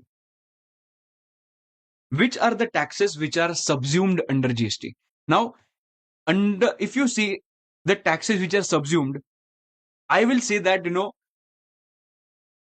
remember 4 to 5 points. Central tax, 4 5 points. State tax, 1 2 points. Whatever it is. So let's see which are more familiar to us. Central taxes mein, central excise duty. Central excise duty has been completely subsumed. Okay, no problem. Service tax has been subsumed. Excise duty under Medicinal and Toilet Preparation Act has been subsumed. CVD and special CVD don't do this. Countervailing duty and special countervailing duty, just forget about it. Central sales tax. This is there, correct? So you can remember at least these 3 points from the central taxes. Perfect. Let's come to state taxes. In state taxes, which are the state taxes which are subsumed? Number one, you can say that entertainment tax has been subsumed. But please remember, in entertainment tax, the entertainment tax which is charged by local bodies are not subsumed. The entertainment tax which are levied by the local bodies are not subsumed. Okay, on that still that entertainment tax is applicable, which are charged by local bodies. But if it is charged by anybody else, it is subsumed. GST will be charged. Tax on lottery, you will remember. Entry tax, you'll remember. VAT, you'll remember. Luxury tax, you'll remember. And taxes on advertisement, you'll remember. Perfect. So these are the taxes which are subsumed under GST. Okay, no problem. Then, this we discussed. Let's discuss this also. Taxes which are not subsumed under GST. Taxes which are not subsumed under GST. Now, see, the first point is entertainment tax, which is levied by local bodies. Entertainment tax levied by local bodies, as we discussed right now. Okay, the first point. Custom duty is still there. Basic custom duty is still there. It is not yet subsumed. Whenever you'll import the goods, custom duty you'll have to pay. Electricity duty, GST is not applicable on electricity because electricity duty is still there. Okay. And property tax, if I say property tax is still there. Excise duty I will discuss after some point of time, and stamp duty you can consider. So this is a list which you can have to understand which are the taxes which are not subsumed. And we will take a break for 1 minute here, and we will see what till now what are the points which we have considered and which we have discussed. First of all, we discussed about this basics of GST. What is GST? Year of enactment. Who was the PM and FM? Is it applicable for Jammu and Kashmir? Is it GST is applicable on what? Goods and services. Which is the first country to implement GST? That is France in 1954. Then we saw that GST revenue Maharashtra is leading. Earlier law kya tha? What was the earlier law? In case of goods, if you manufacture the goods, excise duty, that revenue will go to central government. If you sell the goods, if it is intrastate, VAT will be applicable. That revenue will go to state government. If you say interstate, in case of interstate, central sales tax CST will be applicable, and that revenue will go to central. Perfect. And in case of service tax, it will go to the central government. Perfect. What is the difference between direct tax and indirect tax? That was a simple point. The basic concept of input tax credit, which we saw. Then we saw that, it is not necessary that for availing the input tax credit, my inward supply should exactly be the same as my outward supply. Not required. If my outward supply is teaching, I can take all the ITCs which I have taken while providing that outward supply. For example, I took AC, I took services, I took laptop, I took camera. Whatever GST I must have paid at the time of purchase, I will always get the credit of that particular thing. Okay. Now, what was the need of introducing GST? When VAT was there any need? Inward VAT, outward VAT? No need.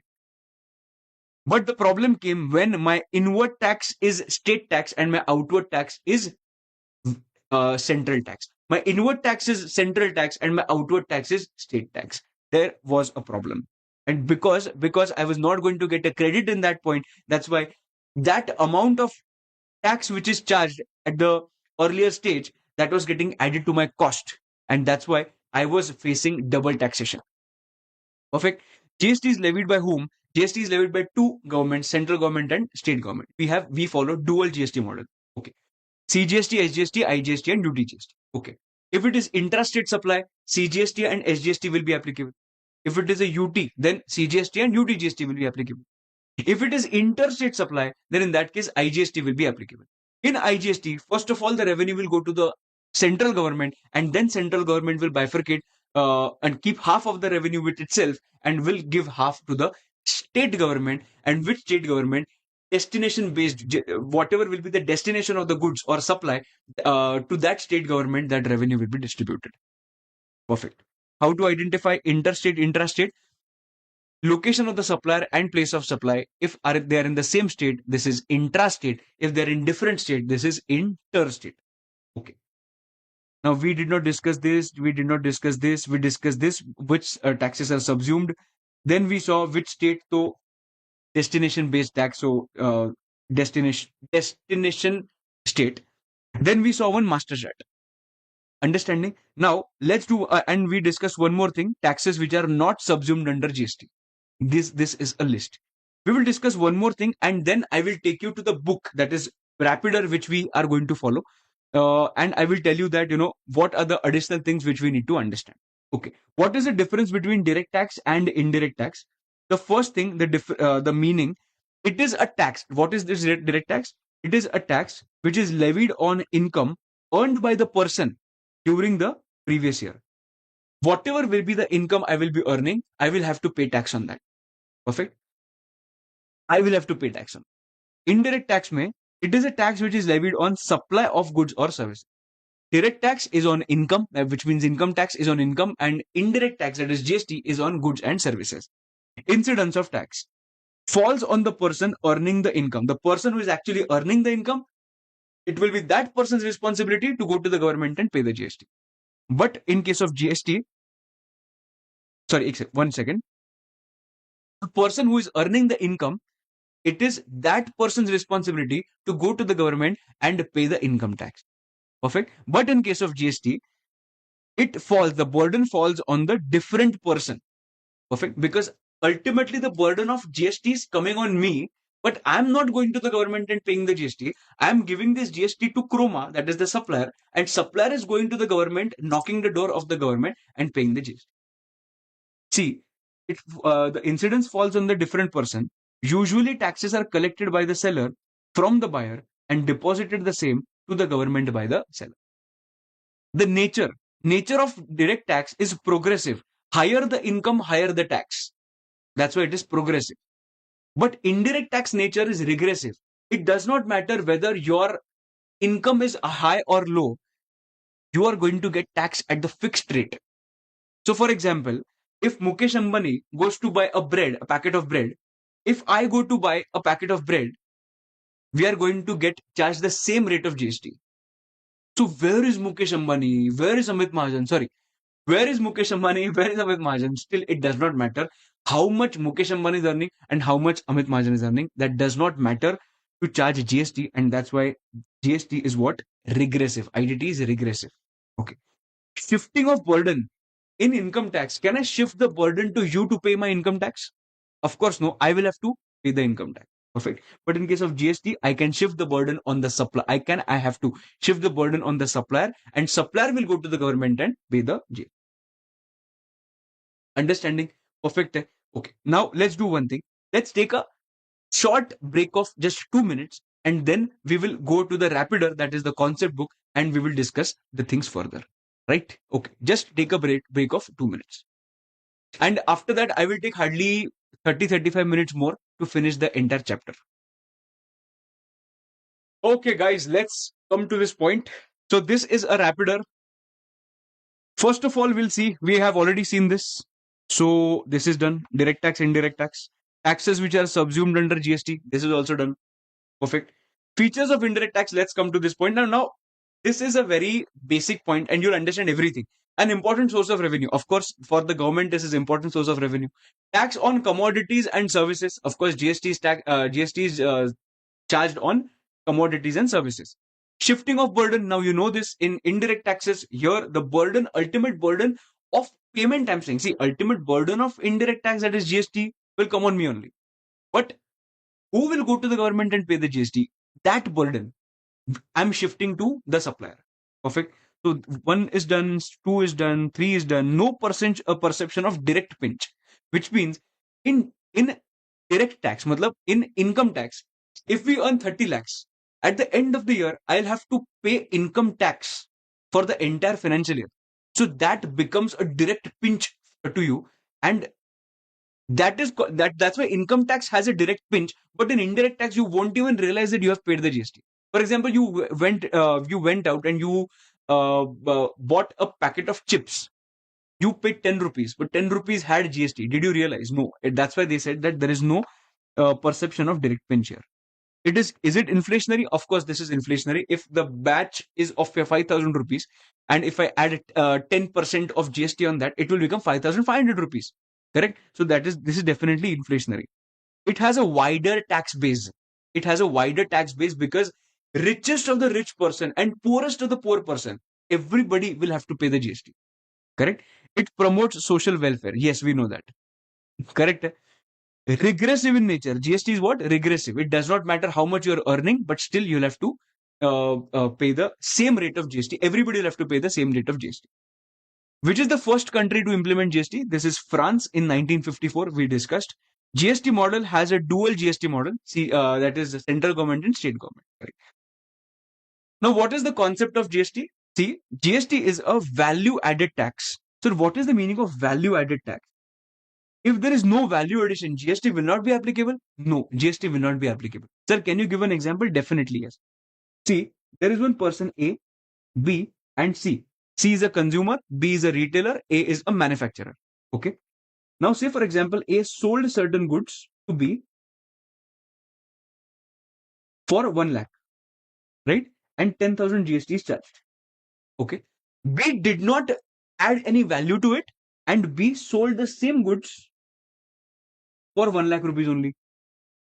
And he will charge 10,000 rupees. Now, please tell me, what will be B's outward tax? 10,000. What will be B's ITC? What will be B's ITC? ITC is going to be 10,000. Will there be any requirement of payment of GST? No. So basically, if there is no value addition, there will not be any GST liability.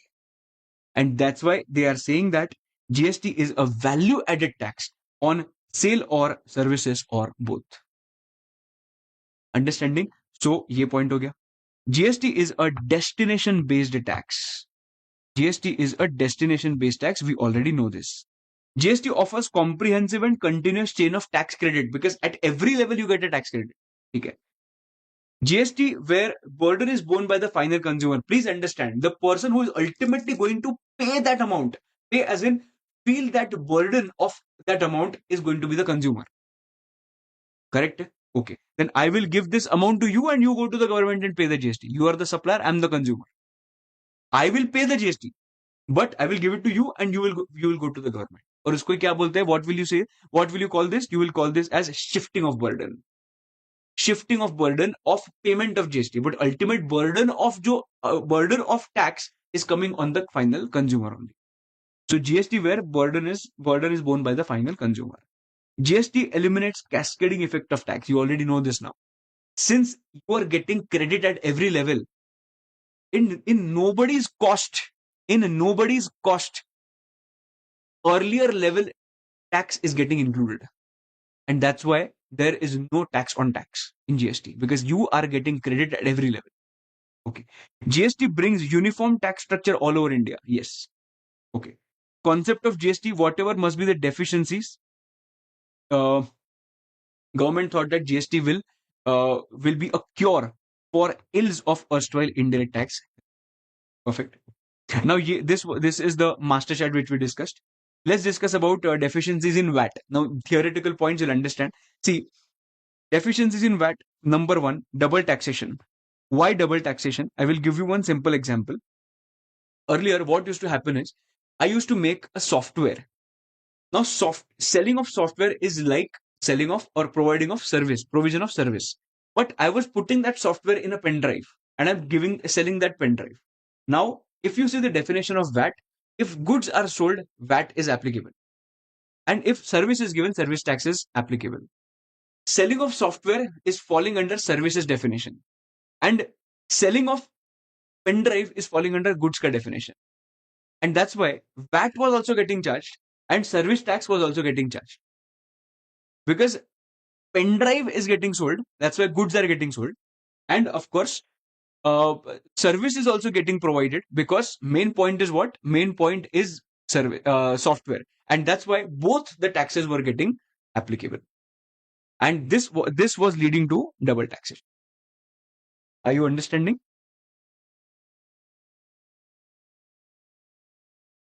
Just 1 second.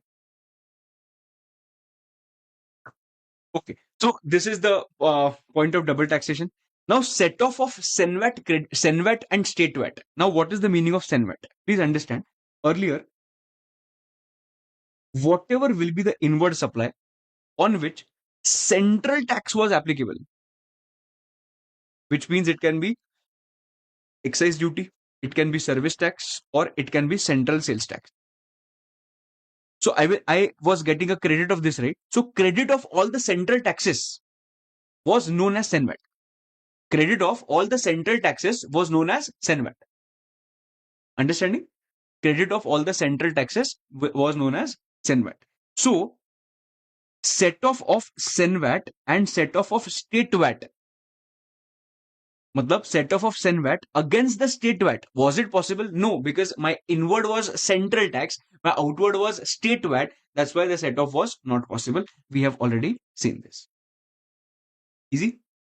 Several local taxes in the state were not subsumed in the state VAT. Matlab luxury tax was charged additionally, entertainment tax was charged additionally, which were not subsumed under GST, which were not subsumed under VAT. These were additionally charged. So there was an additional burden. Non-integration of VAT and service tax exactly be the same.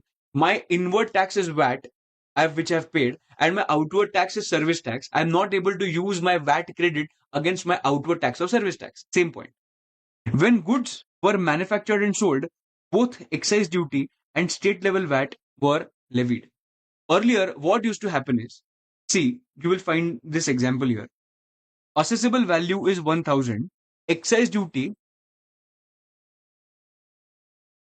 1 second.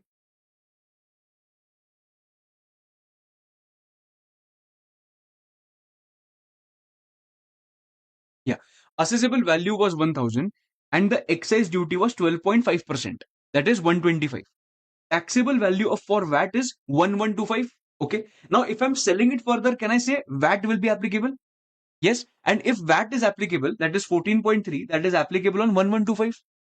If 1125 taxable value is 112, if the VAT is applicable on 1125, can I say it has a component of 125 also?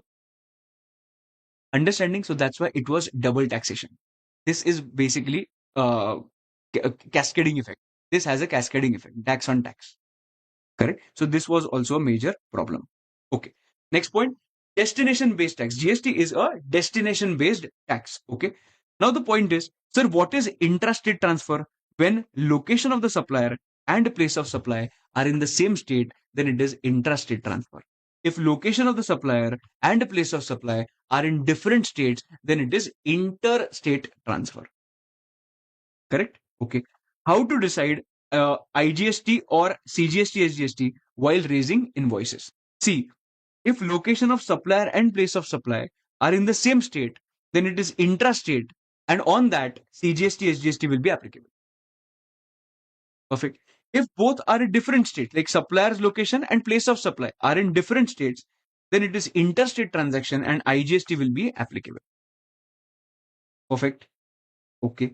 Now, sir, what is GST Common Portal? I will explain. What is GST Compensation Cess? I will explain. Okay. I will go to that point. 1 second. Where is it? Yes. Okay. This we saw. Now we have to see.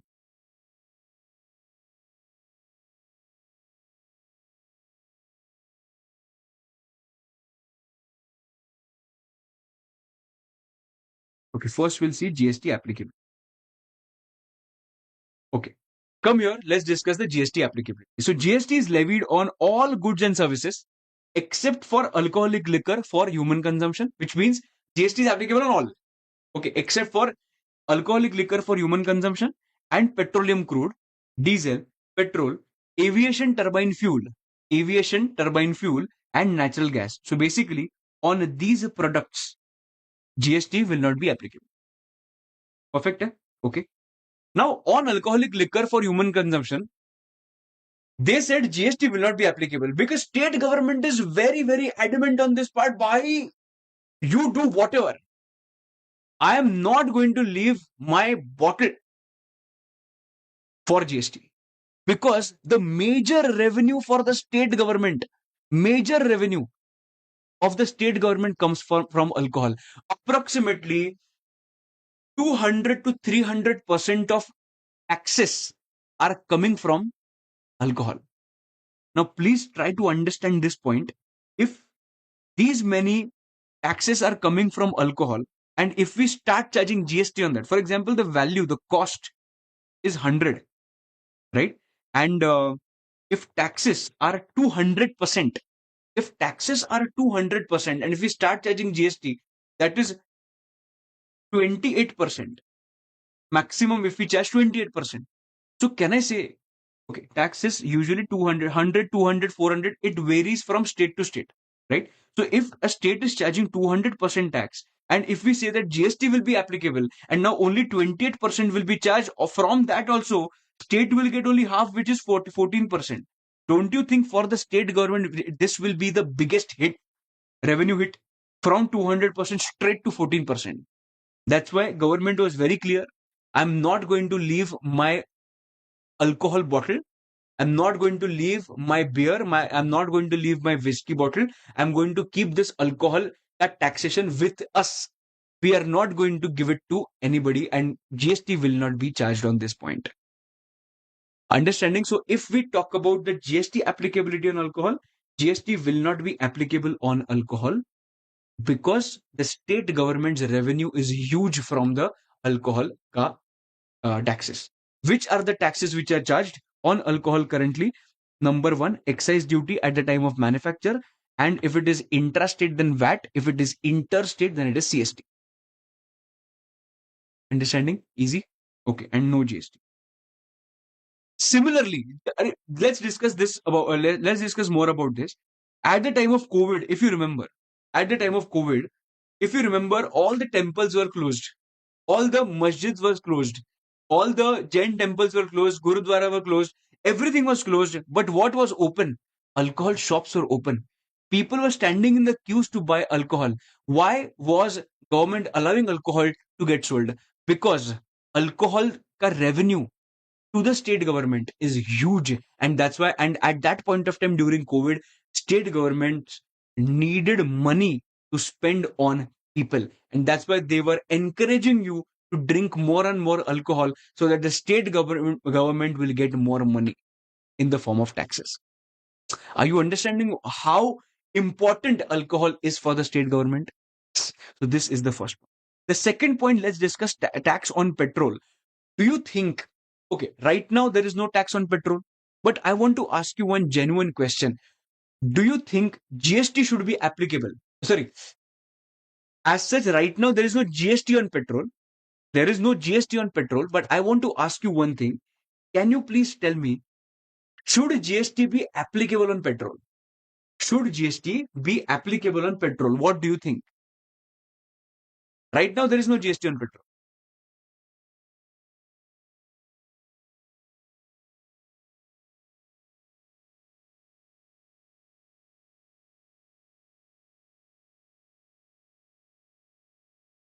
Now let's understand the mechanics. See, right now, actually, if you see the cost, the petrol is costing around 50. Okay, around 50. Depends which state you're considering, but around 50 it is costing. And the taxes are 100%. Did you know this? Taxes are 100%. Now, since the taxes are 100%, sorry, some problem with my pen. Correct? So that's why the amount which you are paying for the petrol is 100 rupees. Of course, this tax is not GST. Okay. Now this is 100% tax. Now the point is, if you are saying that GST should not be introduced because it will be a burden for us, you are wrong. it will not be burden for us. I'm saying that please introduce GST, because if you introduce GST and chalo, if you use the highest rate, that is 28%, can I say that GST rate will be 28%, which will be reduced from 100%? So for us, it is going to be beneficial like anything, because we will have to pay lesser amount for the petrol. But if we think from our perspective, GST should be applicable.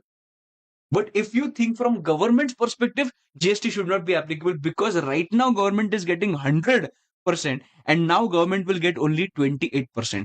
It was clearly specified in GST Council meeting by the finance minister that unless and until we get any alternative revenue for this 72% difference, which we will not get if we implement GST, once we will get the alternate source of revenue to earn, then we will start charging GST on that.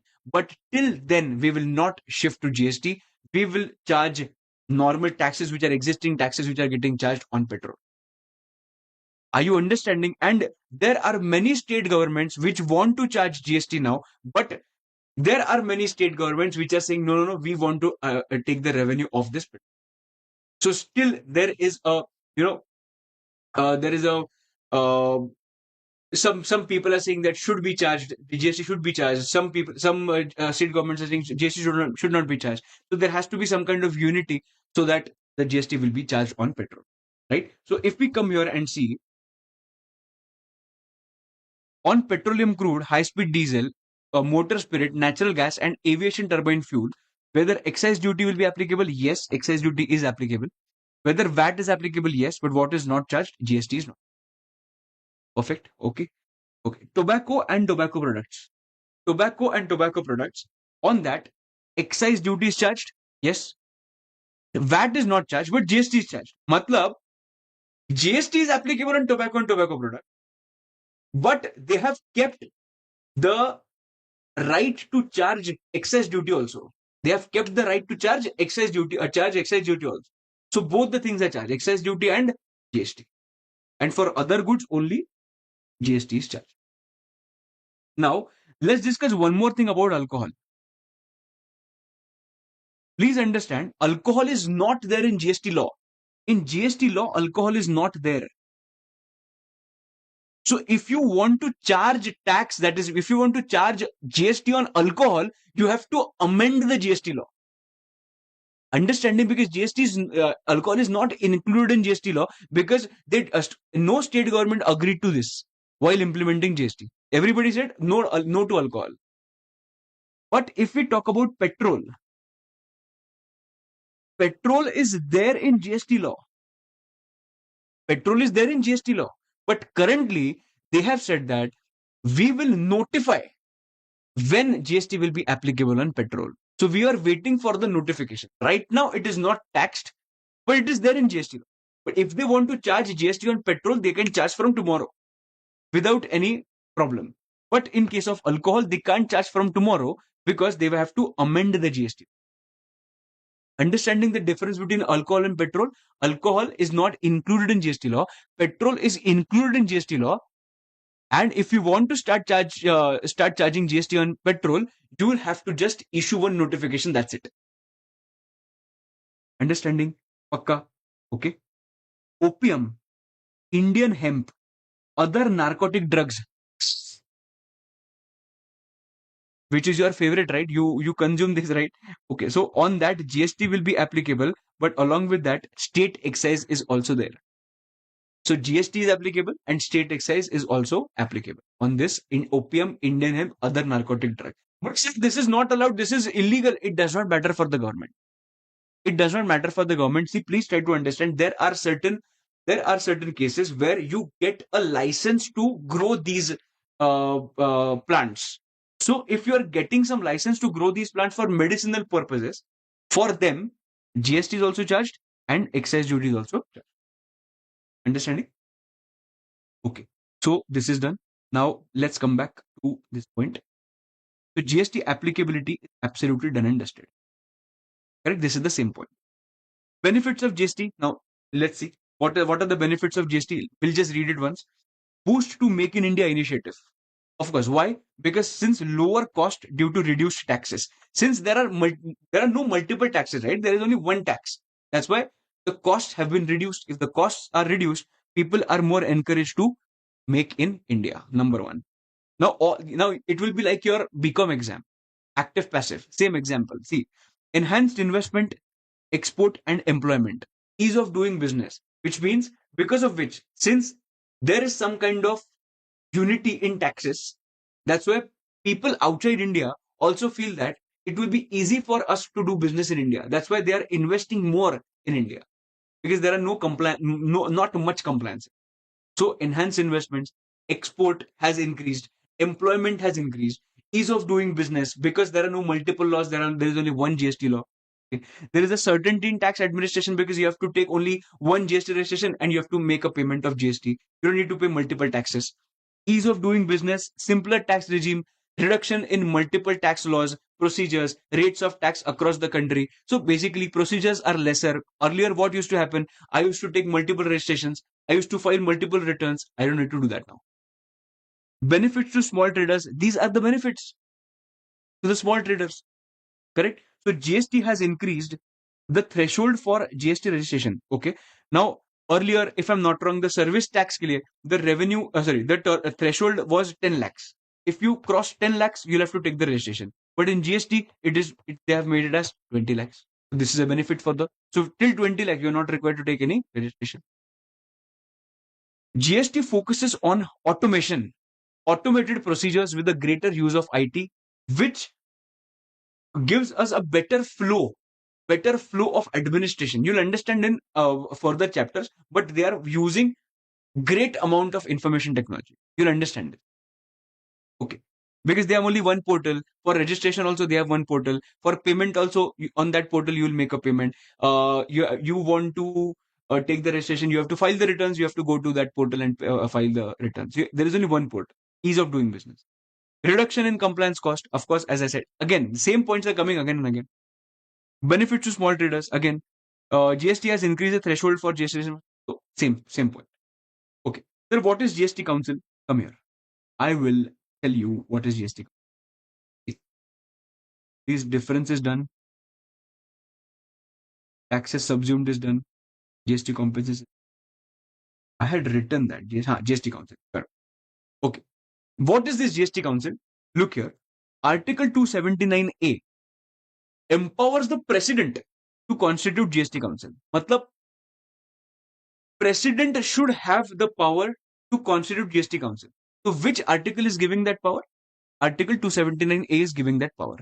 So what does this GST Council do?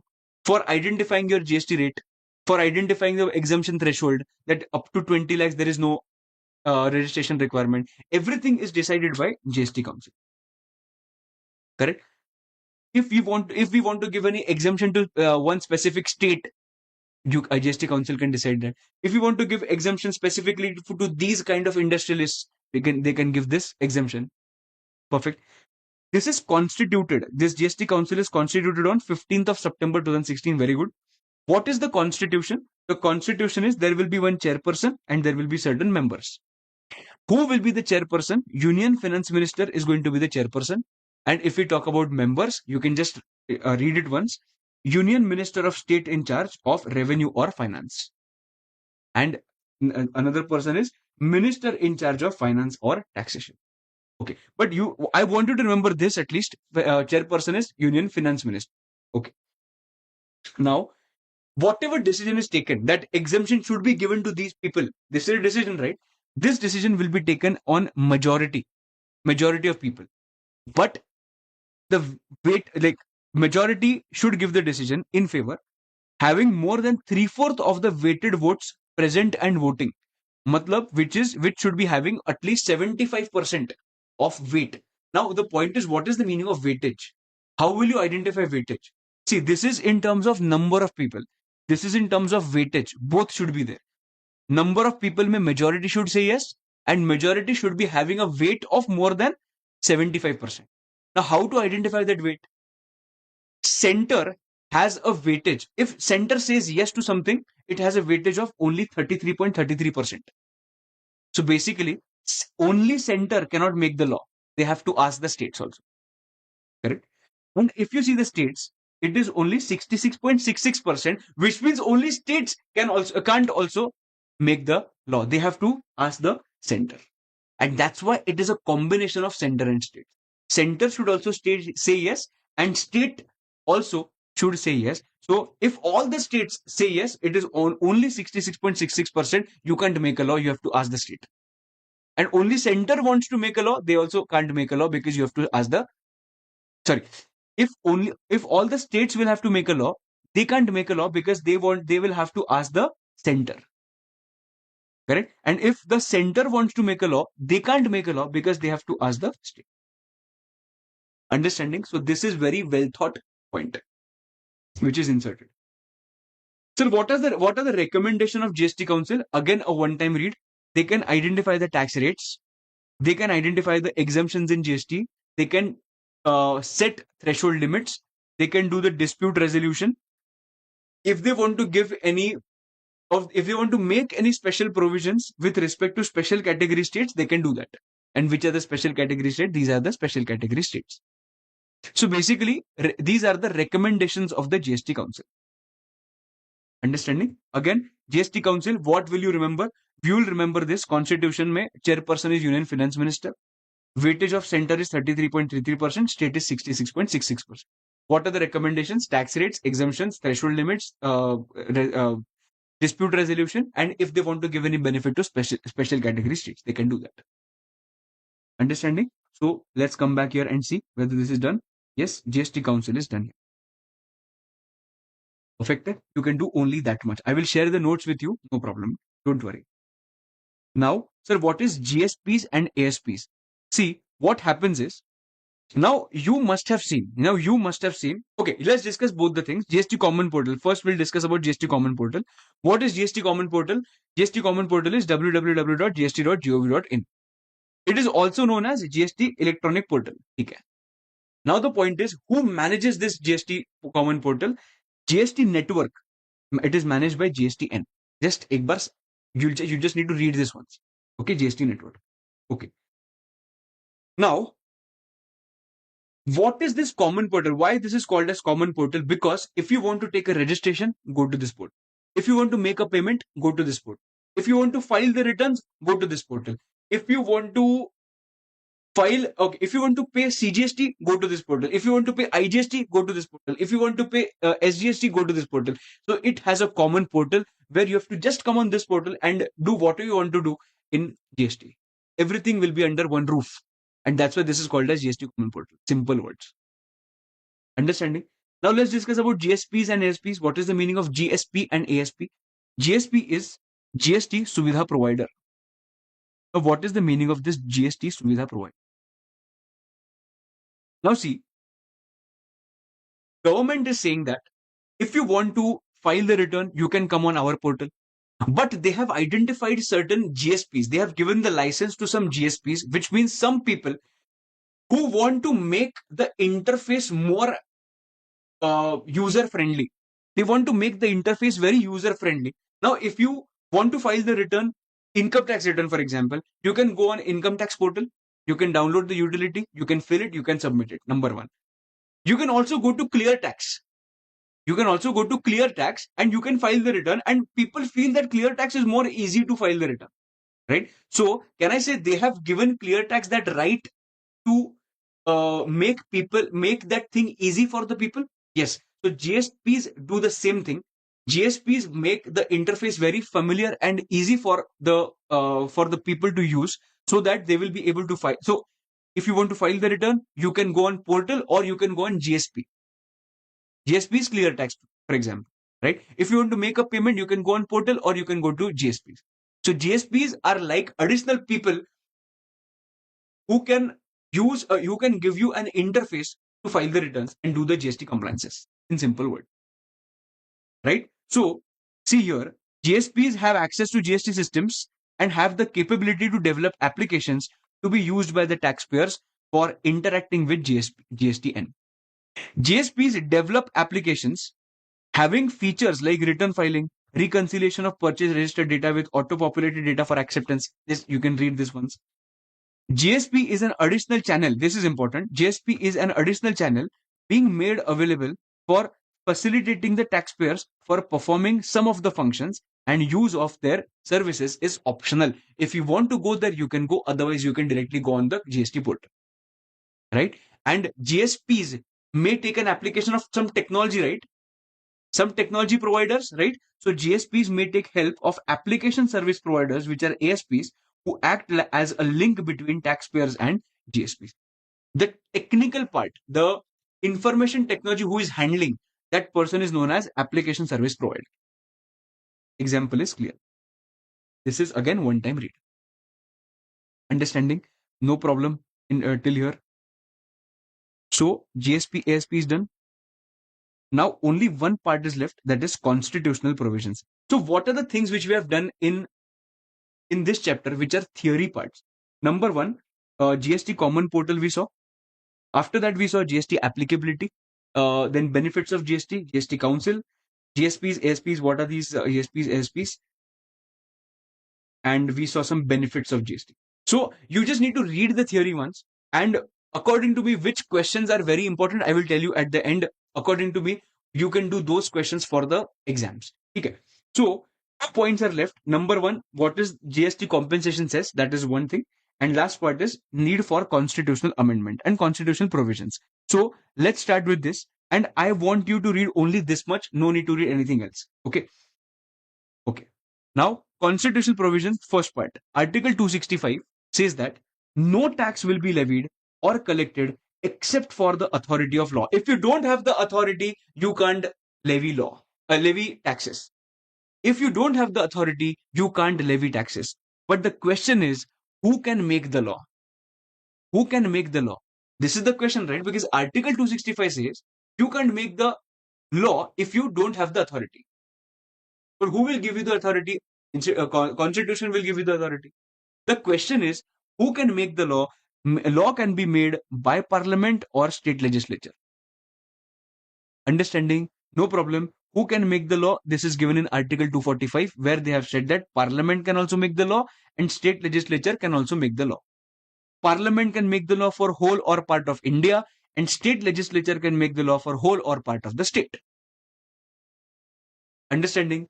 And जो India है ना, India follows dual GST model, where it has federal structure, where both central government and state government can make the laws. Superb, no problem. Okay. So two articles we saw, Article 265 and Article 241. 265 says you should have the authority. 245 says parliament and state legislatures have the authority. Okay. Now the point is, which laws will be made by the parliament? Which laws will be made by the state legislature? For that, we have Article 246. Distribution of power. You must have learned this earlier somewhere. The seventh schedule is talking about the distribution of power. In case of union list, only central government can make the laws. In case of state list, only state government can make the laws. And in case of concurrent list, state government and central government both can make the laws. And this list has subjects on which these governments can make the laws. Now, what are the subjects which are mentioned in union list? Defense, Income Tax Act, service tax, customs, central sales tax, central excise. In all these topics, who can make the law? Only central government. Your state government can't interfere. Now, if I talk about state list, only state government can make the law, which means police, agriculture, VAT, state excise, and entertainment. On these topics, only state government can make the law. And if I talk about concurrent list, both of them can make the law, which means marriage, education, like education state board and international state board and center board, perfect, and medical. Perfect. Okay. Why was a need of introduction change in the constitution? Like, why was a need of amendment in the constitution? Because introduction of excise duty, who will make the law? Central government. VAT, who will make the law? State government. Service tax, who will make the law? Central. So earlier, they had given powers to the state government to make the laws on excise duty, to charge tax of excise duty, and they had given the power to the state government to charge tax of VAT.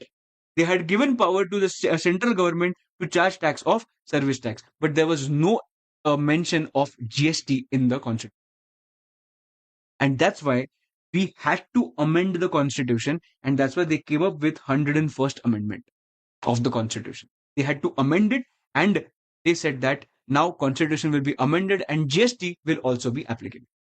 And as per 246A, center and state, both the government can make the law and levy the tax. That is of GST. Understanding? Now the point is, can I say we had seen one thing, that in IGST, first the GST will be collected by central government and then it will be distributed to the state government. Now, this central government should have the authority first to collect, right? And that's why they made one more article, Article 269A, which gave the power to central government to collect the taxes entirely of IGST, and then you apportion between state and understanding. Perfect. So these are the constitutional provisions. The first article is talking about you should have the power. Second article, that is 245, talks about parliament and state legislature can make the laws. Now, who can make the law for which subject? That is given under Article 246. Then they realized that GST is nowhere mentioned. That's why they made Article 246A, and they said state and center both can make the laws for GST. And after that, they mentioned in Article 269A, in IGST, first the amount will be collected by the center and then it will be apportioned between state and center.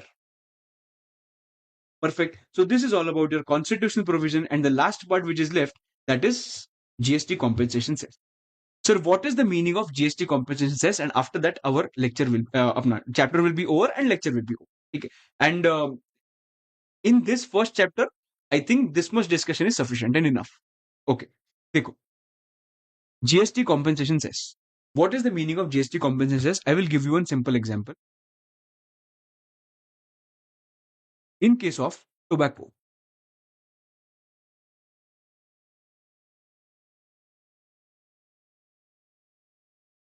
approximately 100% of the taxes are charged.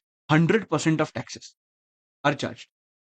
And before introduction of GST, on this, VAT was charged. So can I say VAT is getting charged on tobacco? So which means the government to which the amount is paid is state government. So state government is enjoying 100% of taxes of tobacco, which is, say for example, 10,000 crores. Who is enjoying this 10,000 crores?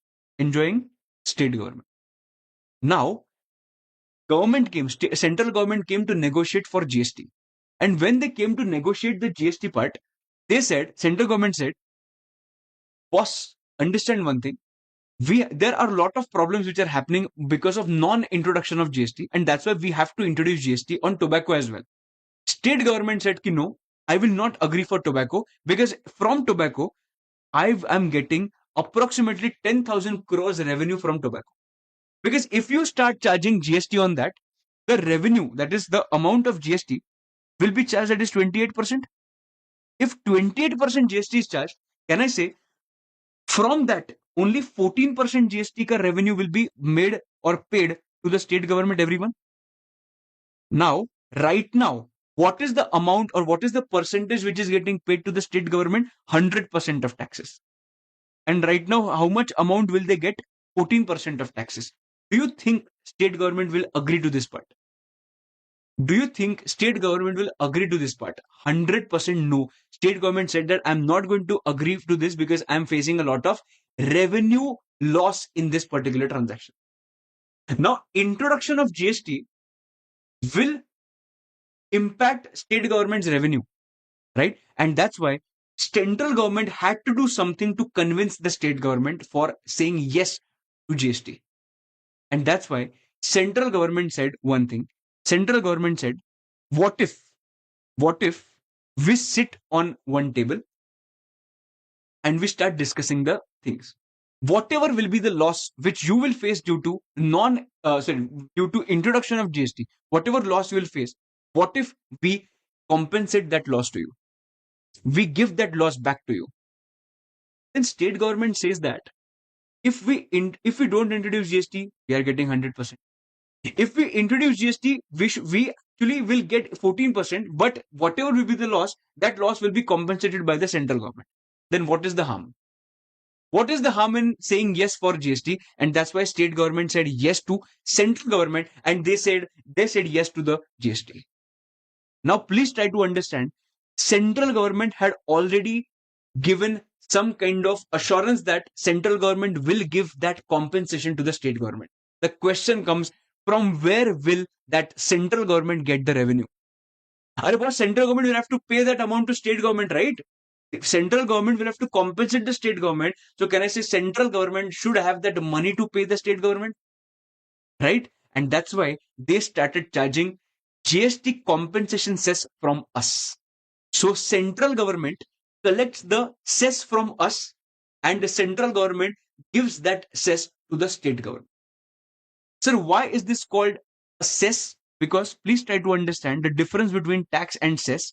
The tax is also paid to the government, and cess is also paid to the government. But tax can be used for multiple reasons, infrastructure, education, or anything. But cess can be used only for that particular purpose for which it is collected. So this is a GST compensation cess which is getting collected from us, and since it is a cess, it will be paid only and only to the state government for as a compensation. Are you understanding? So because of GST, see, please try to understand, try to digest this fact. Central government wanted to help us by introduction of GST, right? Because of no no double taxation, final burden will be reduced to the on the consumer and everything. Okay, government is saying that GST will be helpful for the final consumer only. Fine, no problem. But for okay, for helping the customers, you started you implemented GST. Since you implemented GST, somebody got hurt, that is state government. Since state government got hurt, you wanted to compensate the state government. And since you wanted to compensate the state government, you charged GST compensation cess from us. Now, how logical is this? How logical is this? GST was introduced for us. Because of introduction of GST, somebody else is crying. To compensate that, GST compensation cess is collected from us only. So is this right? I don't know. I don't know whether this is right or no, but this is what which is happening here. So GST compensation cess is that cess which is collected from us to compensate the state governments because the losses which the state governments have incurred because of introduction of GST.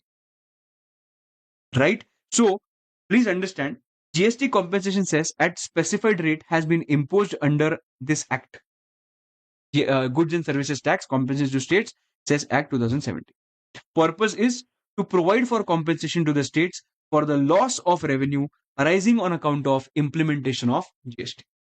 So for how many years we will charge the GST? Charge the cess for the period of 5 years from the introduction of SGST Act.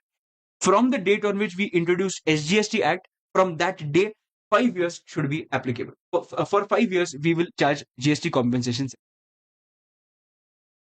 Understanding? Perfect ekdam. So in the year 2022, 5 years should be completed, right? No, they extended the time period for charging GST compensation cess till 31st of March 2026. And they said till 31st of March 2026, we will start or we will continue charging GST compensations. Understanding? No problem. Sir, it is applicable on what exactly? Is it applicable on all? No. It is applicable on specified luxury items, demerit goods like pan masala, tobacco, aerated waters, which means cold drinks, motor cars, etc.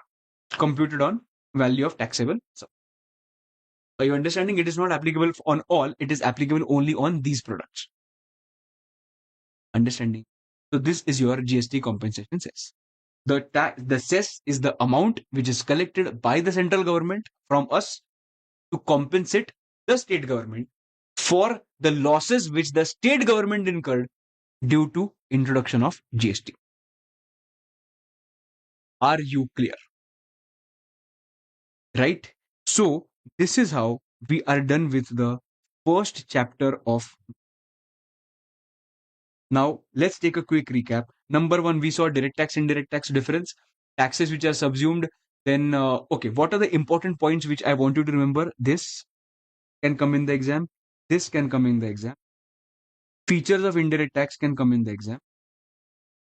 Uh, then deficiencies in VAT, you can just read it once. Destination based tax, what is interstate? Intrastate, you know this now. GST compensation says read this just to understand what is it, because it is important. Then GST applicability, alcohol pay, what kind of tax is applicable? If it comes for MCQs, you should know. Then need for constitutional amendment, you can just read once. That's it.